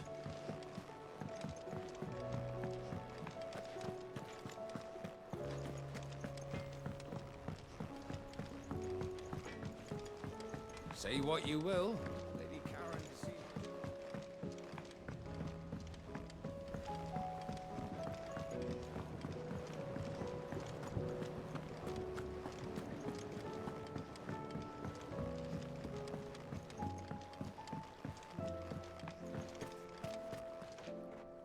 Oh. What brings you down from the heavens, Sid? I need your advice. Joshua and I are looking for a place where snow daisies grow. Preferably in abundance. Snow daisies. Then you'll want somewhere not too hot and not too cold. And where the winds are strong enough to carry the seeds. I reckon Man's Hill would be a good place to start. There in the Royal Meadows, perhaps? Both have similar climbs and the right elevation. If the Blight hasn't claimed them yet. Right. Thank you. Did you learn where we might find our flowers? The gardener here mentioned the Royal Meadows in Sambrak. Ah, the fields beyond Northreach. Well, if that's the case, then Yote was right. I recalled that she kept a record of our travels, you see. So I asked her if she'd perhaps noted anywhere that snow daisies grew, and she mentioned Oilerfeist Bay. Whose shores border the meadows. Off we go then.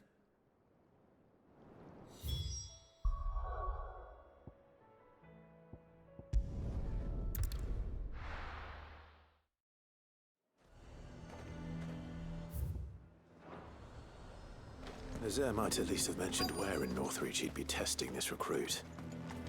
I'm nerved. Well met, Sid. This is the initiate. Ember, present yourself. At your service, Master. Please, just Sid. There are no masters here. Your life is your own. Oh, of course. Thank you, Sid. The sergeant says you'll be evaluating me at my trial. To become a scout, yes. You are aware of the dangers inherent in that role. I am. But I swore I'd face them. Just like the man who saved my life. And who would that be? Gav. It was him who found me and freed me. No magic, no support, just one man and his nose. Came and sniffed me out. It taught me what one man can do if he puts his mind to it. And I've been training ever since, so that one day I can be someone's saviour, just like Gav was mine. I'm sure he'd be flattered. You clearly have good intentions, Ember. And it sounds like you're under no illusions. Stick to this path and you'll make a fine curse breaker. So, what? Have I passed? You haven't even started yet. Now listen.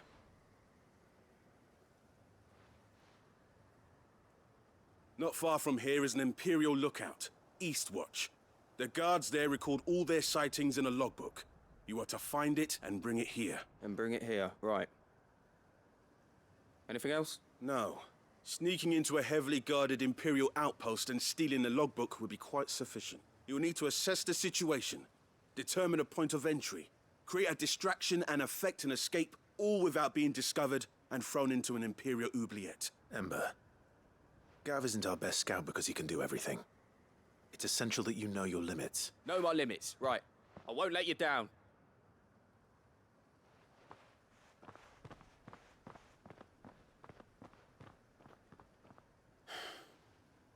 It shouldn't be as dangerous as I made out.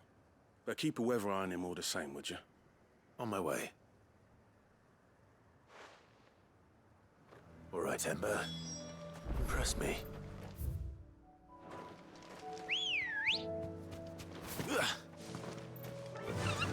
Run like the wind.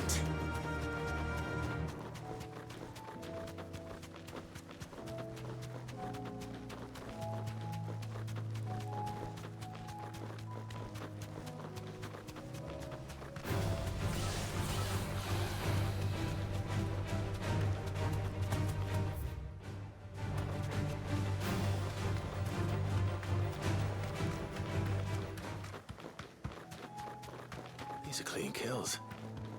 Perhaps young Ember really is ready. Or maybe not.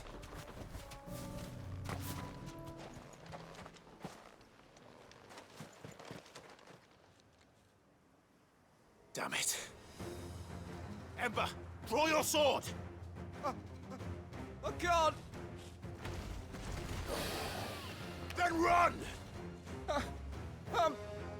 If you want him, you'll have to go through me.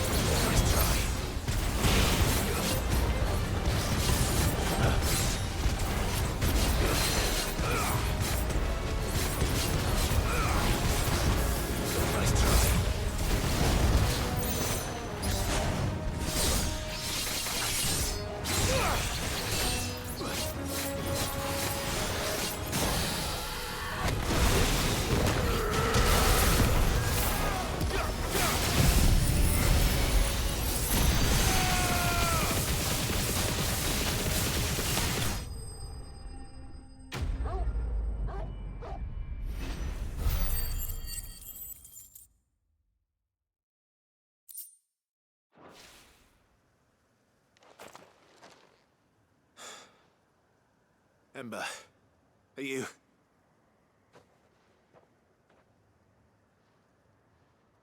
Gone. Of course. Scouts really are a rare breed. Back to Northreach it is then.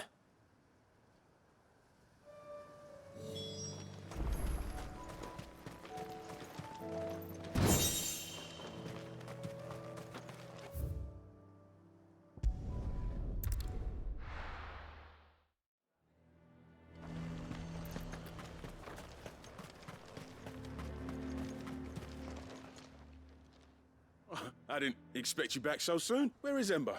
How did he fare? I thought I'd find him with you. He must have fled. I followed him to Eastwatch, where I found him being set upon by a wild Avis. He was just standing there. Didn't even draw his sword. I had to step in and take care of things. But by the time I had, he was nowhere to be seen. I assumed he'd set off in your direction, but apparently not.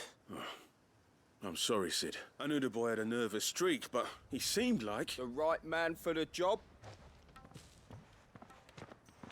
I believe this is the logbook you tasked me with retrieving. Eh?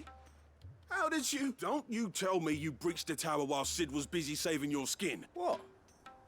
Wasn't that what you asked me to do? To bring the thing back without getting caught? He has you there, Nazaire. And he did it all on his own. But Sid, he did what he thought was best. And now I have to decide whether I agree. Of course. We'll await your evaluation back at the hideaway. Don't you leave my sight. Yes, Sergeant.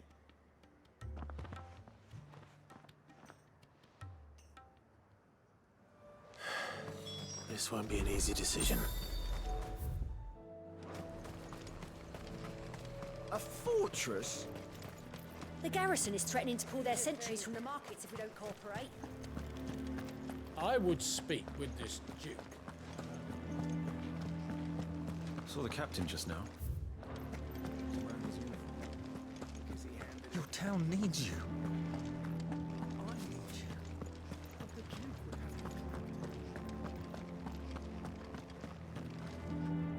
Do you have a moment, Clive? What is it? It's the Duke, unsurprisingly. His Eminence has assumed full control of the garrison and put every able-bodied man to work on the fortifications. The town was left all but unguarded, so Philippe was compelled to form a citizen's watch to fill the void. And though my dear boys have been characteristically willing to assist him in this, they want for bodies. So I was wondering if you would lend them your strength, that the people of Northreach might sleep easier, if only for a few nights. Of course. Whatever you need. Thank you, Clive. What would I do without you? Philippe told me he had men stationed at... Where can I find the mistress of this establishment? Here, my lady. To whom do I have the pleasure of speaking? My name is Sabine, and it is my displeasure to be the daughter of the Duke of Oriflamme, who I understand is causing you and your town no small amount of trouble. I wish to speak to you about what might be done. Very well. Let us speak. I trust you'll forgive me, Clive. Absolutely. Our conversation can wait. Please, proceed. As you know, my father is a most overbearing and supercilious man, and I join you in objecting to his every action.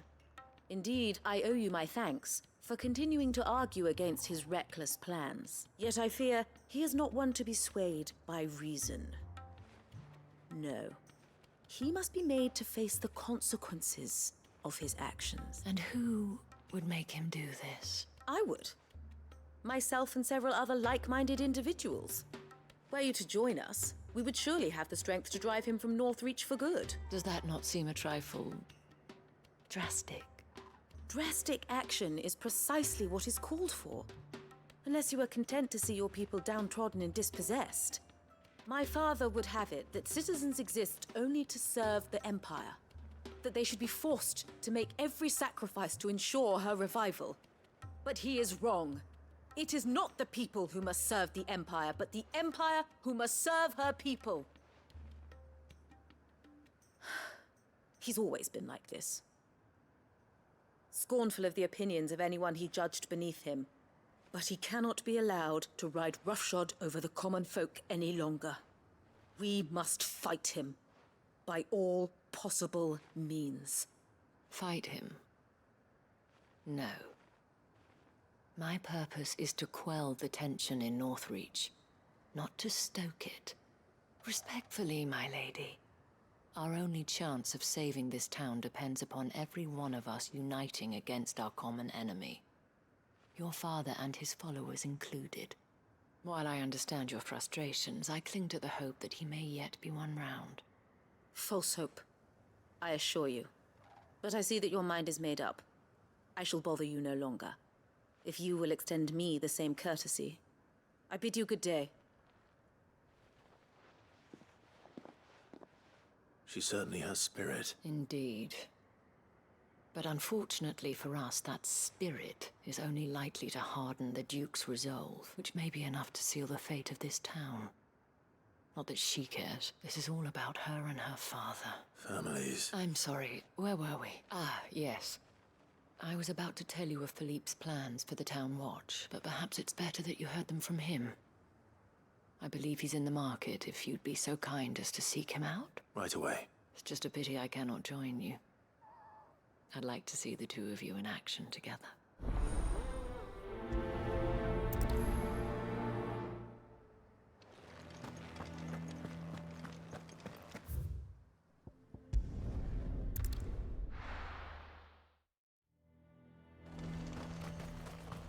He'd have our coin, our stock and our stalls, and we're just... So you are content to abandon the... Please, I beseech you. If you are a true son of Northreach, you must fight to defend your home. That's exactly what I am doing, milady. Or trying to, at least. The land is crawling with fiends, and someone has to keep watch. Even when our true enemy is hiding in the garrison? Fine. You're not the only able-bodied man in Northreach. Thank you so much for your help.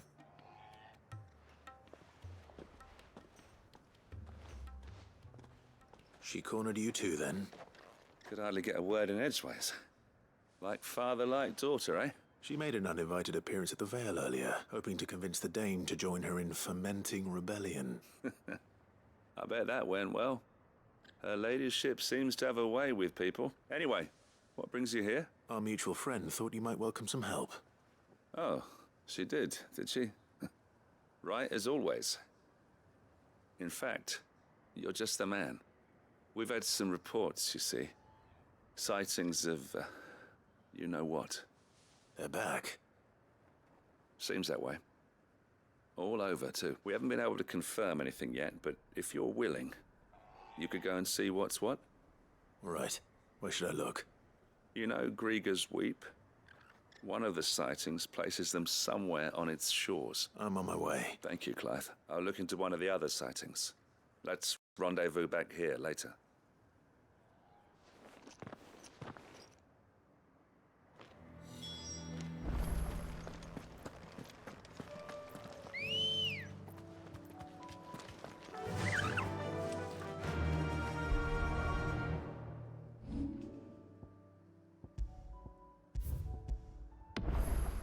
Yeah!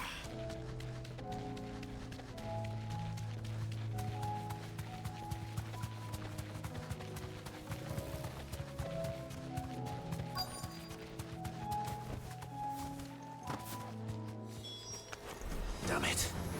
The reports were true. I need to stop them before they get to the town.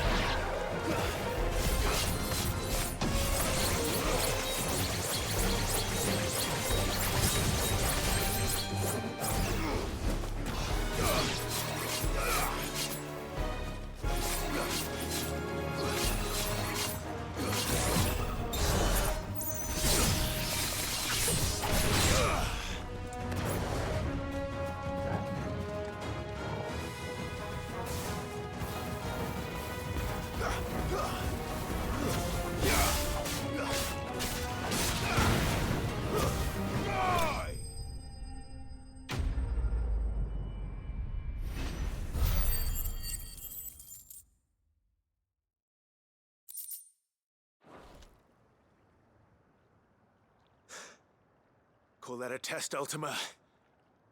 Clive, it's me. Are you all right? I am. But it seems the reports were true. The thralls have returned. I dispatched the few that I found, though. Well, that's something, I suppose. But what were they doing south of town? They all came from the north last time. We might be able to fend off an attack from one side or the other, but from both? Do you have eyes in the north? Some. I should probably go and have a look, though, just to be sure. You head back to Northreach. I want you there just in case war breaks out while I'm away. What do you mean? Her ladyship's been busy working her magic on the townspeople, stirring up ill feeling towards her father. But she'll have her marching on the barracks if we're not careful. What? This is exactly what the Dane was afraid of. I'll do what I can to calm things down. Be careful out there, all right? Don't worry, I'm not like you. One sniff of those things and I'm running back to town screaming blue murder.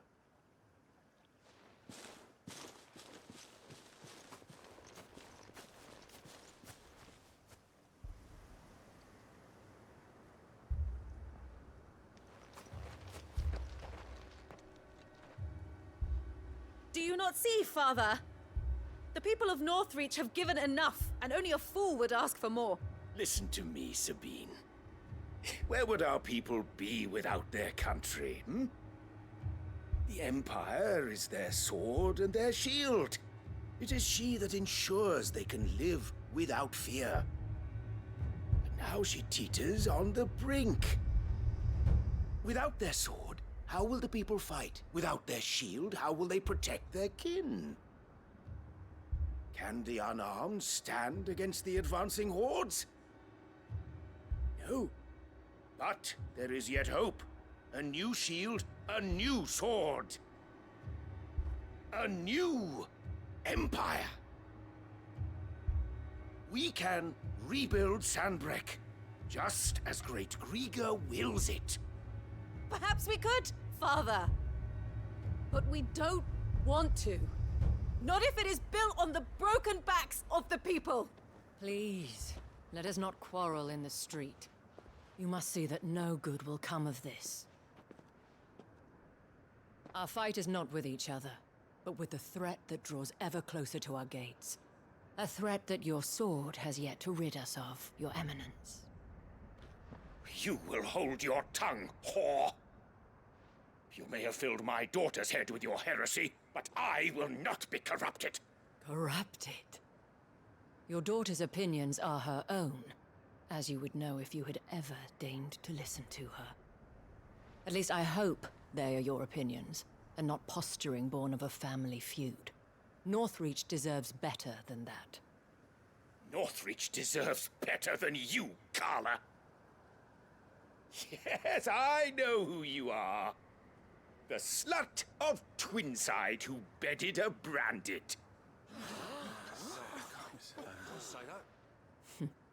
Jealous, are you? That a woman might choose a bearer over a pious man of Grieger. Clive! I met a swarm of thralls coming south from Oriflamme. Hundreds of them. Too many to count. Oh, fuck. No. Work on the fortifications has scarcely begun. We will retreat to Caer Norvent and there make our stand. Did you hear me? That was an order!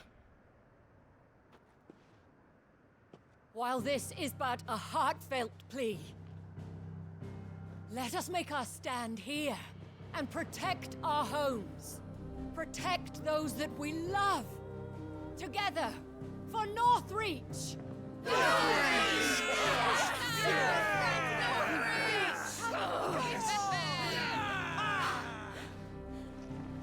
You heard the dame. What are we waiting for? Pikemen to the gates. Archers to the roofs. Quickly, come on!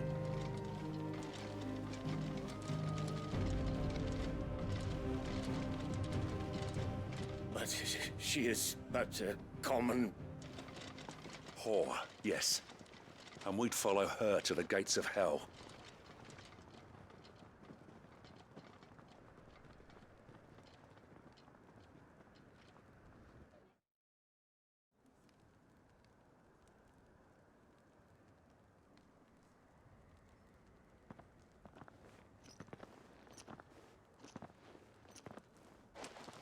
The men have their orders, and they look like following them. I got them spaced out at regular intervals.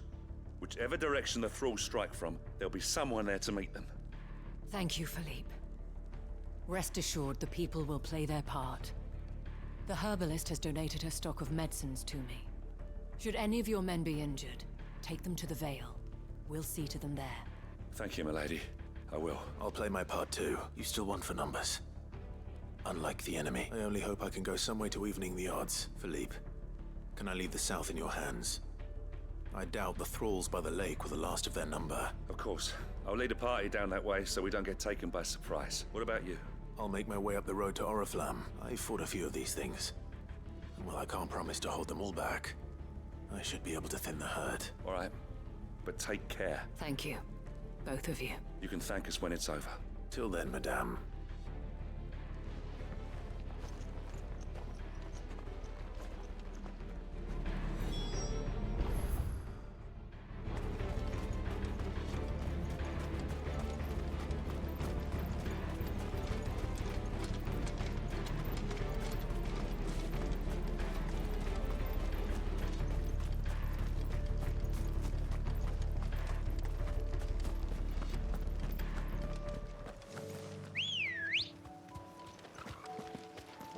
Come on.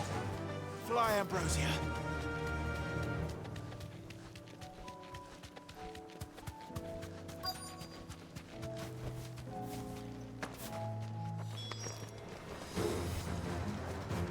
There are so many of them.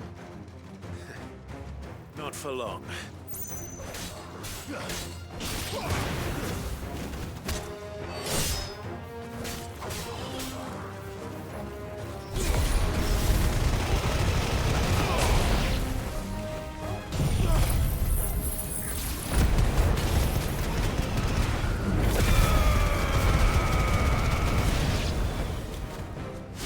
Is it over? No. It's only just begun.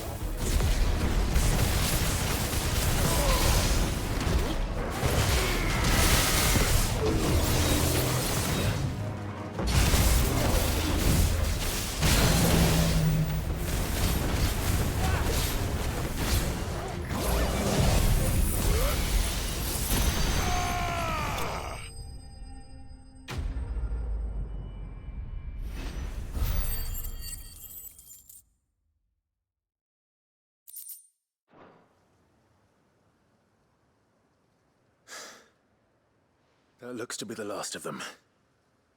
I wonder how the others fared. Better hurry back to town. Come on, Torgal.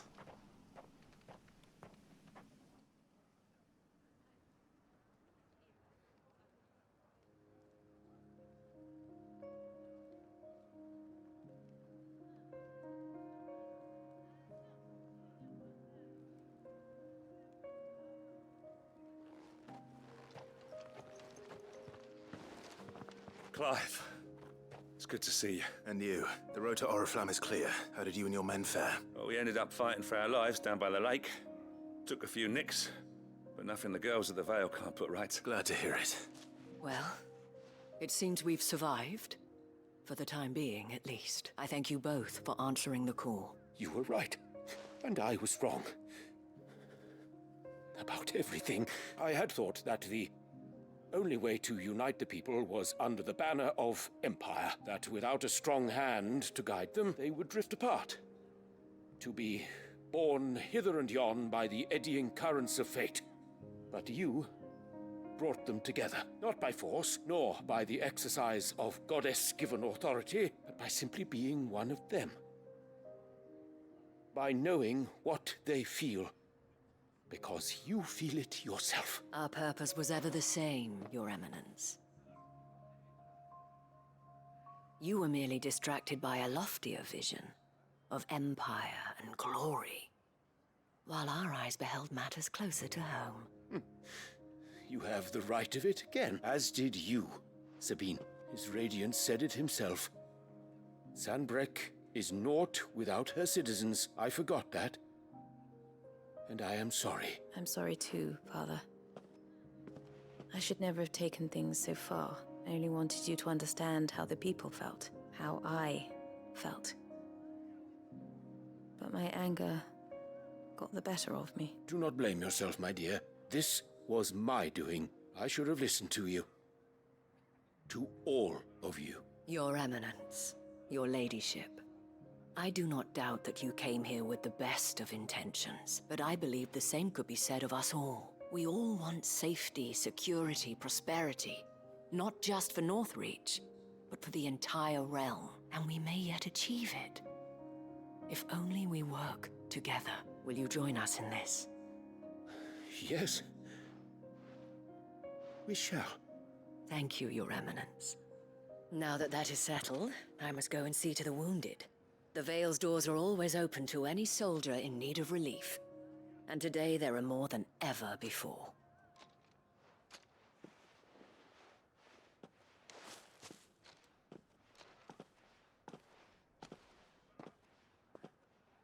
Madame Isabel is a rare soul indeed.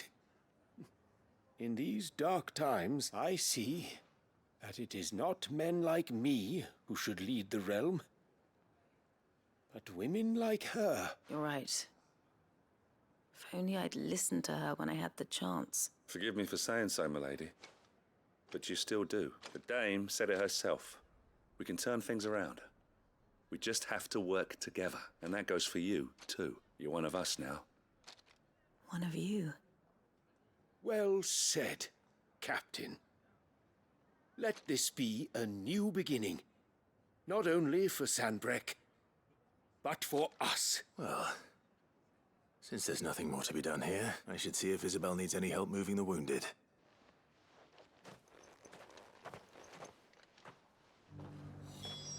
Can we get you anything?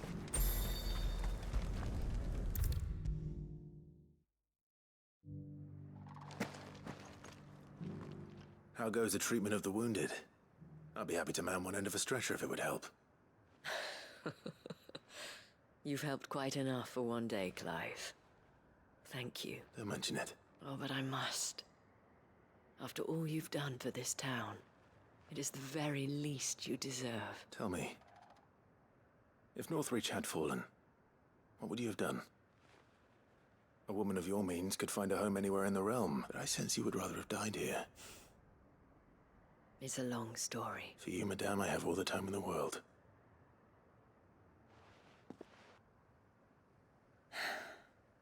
Very well.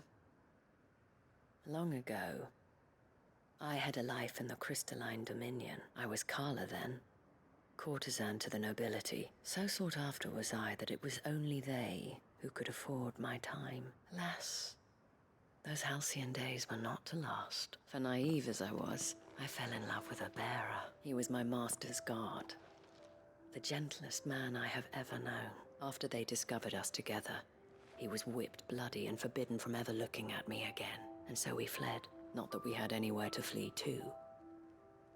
We wandered, aimless and starving, half dreading, half praying that the next day would be our last, until we found ourselves here, in Northreach. It was the Vale that took us in, that fed us, clothed us, and healed our hurts, those that could be healed at least. My love was already too far gone. He passed away. He did. not long after we arrived, but at least we were able to share a few moments of peace before the end. It was the greatest gift I have ever received. But the generosity of this town and her people did not end there. The men and women of the Vale supported me through my grief, shared in it, though I was still a stranger to them. They treated me like a sister. And so I swore that I would always do the same. That I would return the kindness that Northreach showed me. That I would repay my debt to the Vale.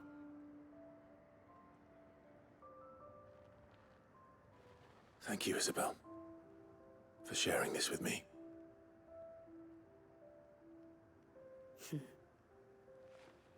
You're a lot like him, you know. Perhaps that is why I have such a soft spot for you. Never stop fighting, Clive. And I shan't either. I know that it will not be easy to keep Northreach together. But our efforts will be rewarded. Just look at us now. The people, the soldiers, even the Duke of Oriflamme and his daughter, all united in defense of this town that we have come to call our home. And what of you? Can we count on your support too? Always.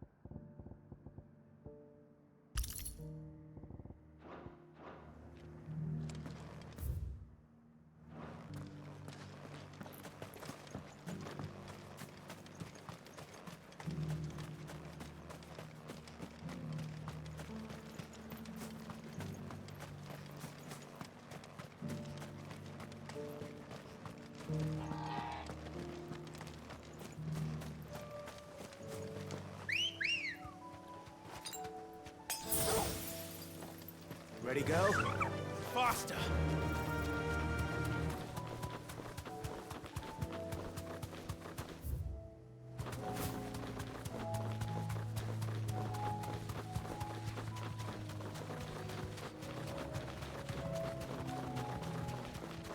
Of care.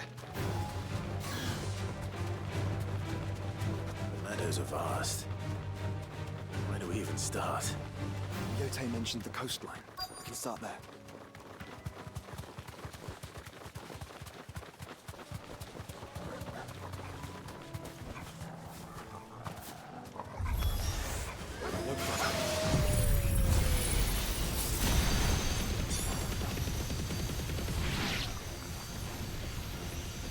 See them?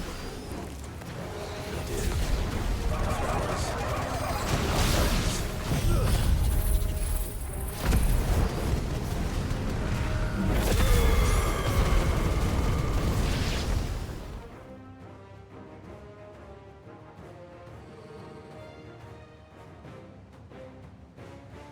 What do you see, boy?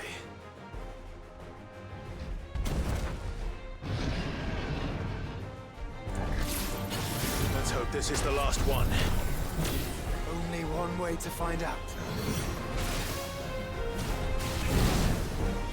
Let's try.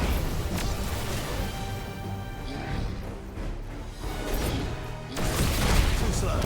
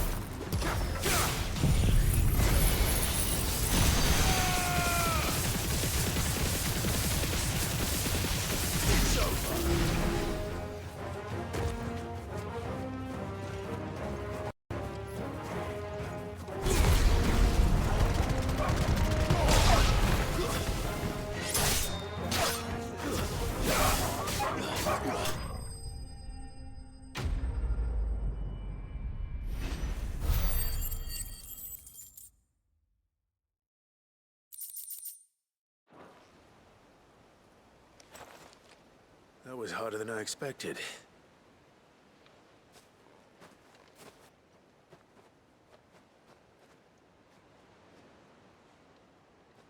But found her. It was worth it. They're beautiful.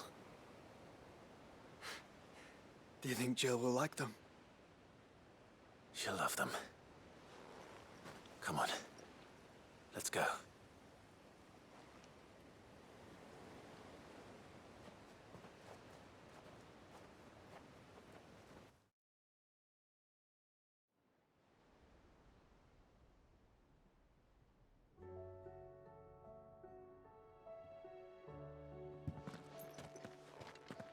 It appears my work is done. The rest, as they say, is up to you. Well, you and the skies. We wouldn't want another thunderstorm now, would we?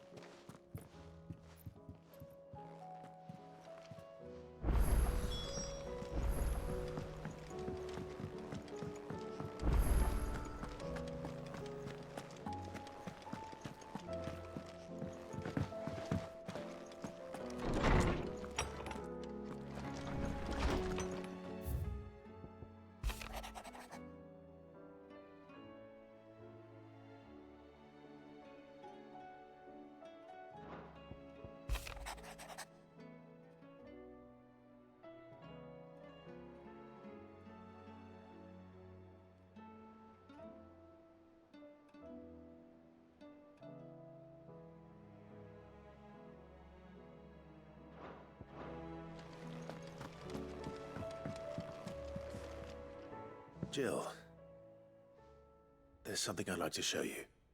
There is? And where might this something be? It's, not here. Now, I know this is sudden, but how would you fancy a trip to Oriflamme?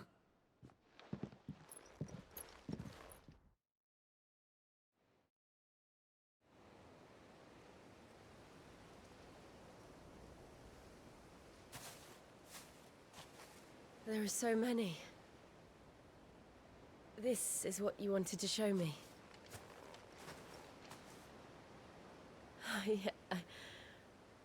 I don't know what to say. You don't need to say anything. The smile on your face is enough. We've been worried about you. Joshua and I. Do you remember when I took you to Man's Hill? Or tried to? How could I forget? You saw me crying and thought a change of scenery might lift my spirits. In the end, it earned me a nasty cough and a stern scolding from your mother. But I felt wonderful nonetheless. I'm sorry.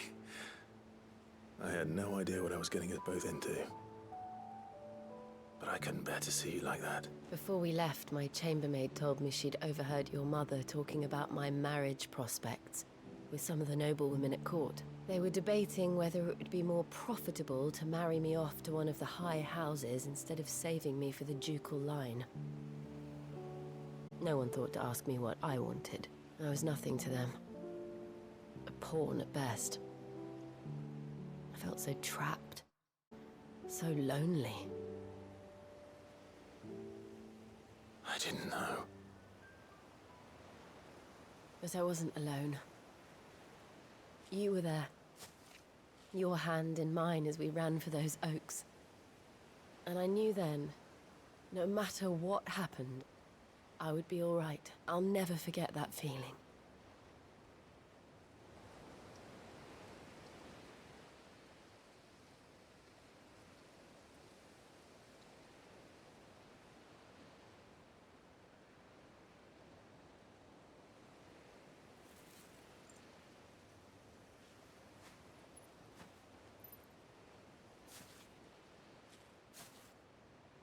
Before we broke camp, the morning after the storm,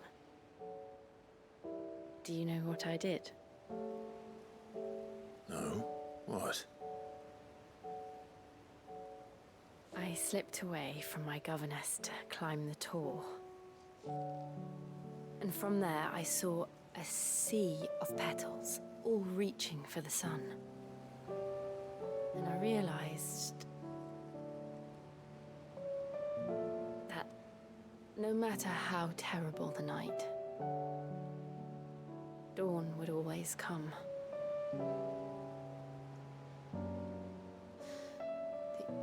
That you would always come for me. And you have. Again and again.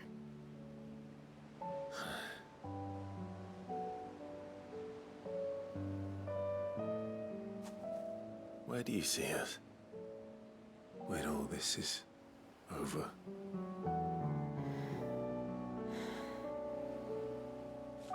I don't know.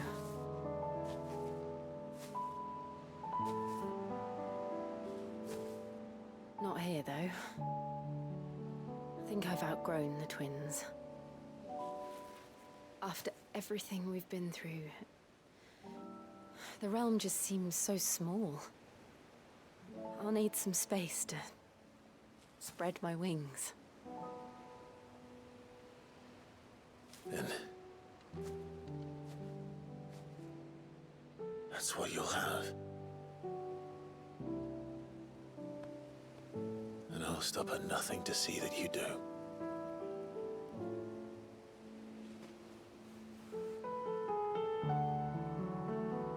Damn, he went for it.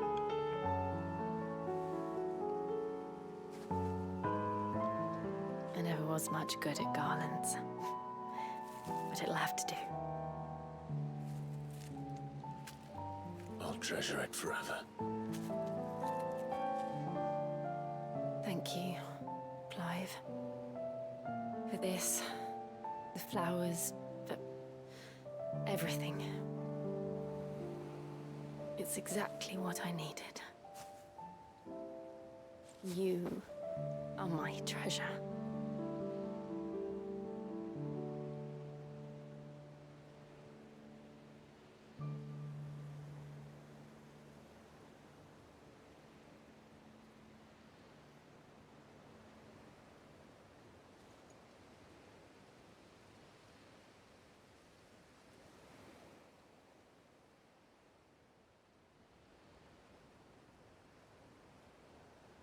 We should probably be getting back. I expect the others are wondering where we are. You're right. There's still much to do. And we'll do it together.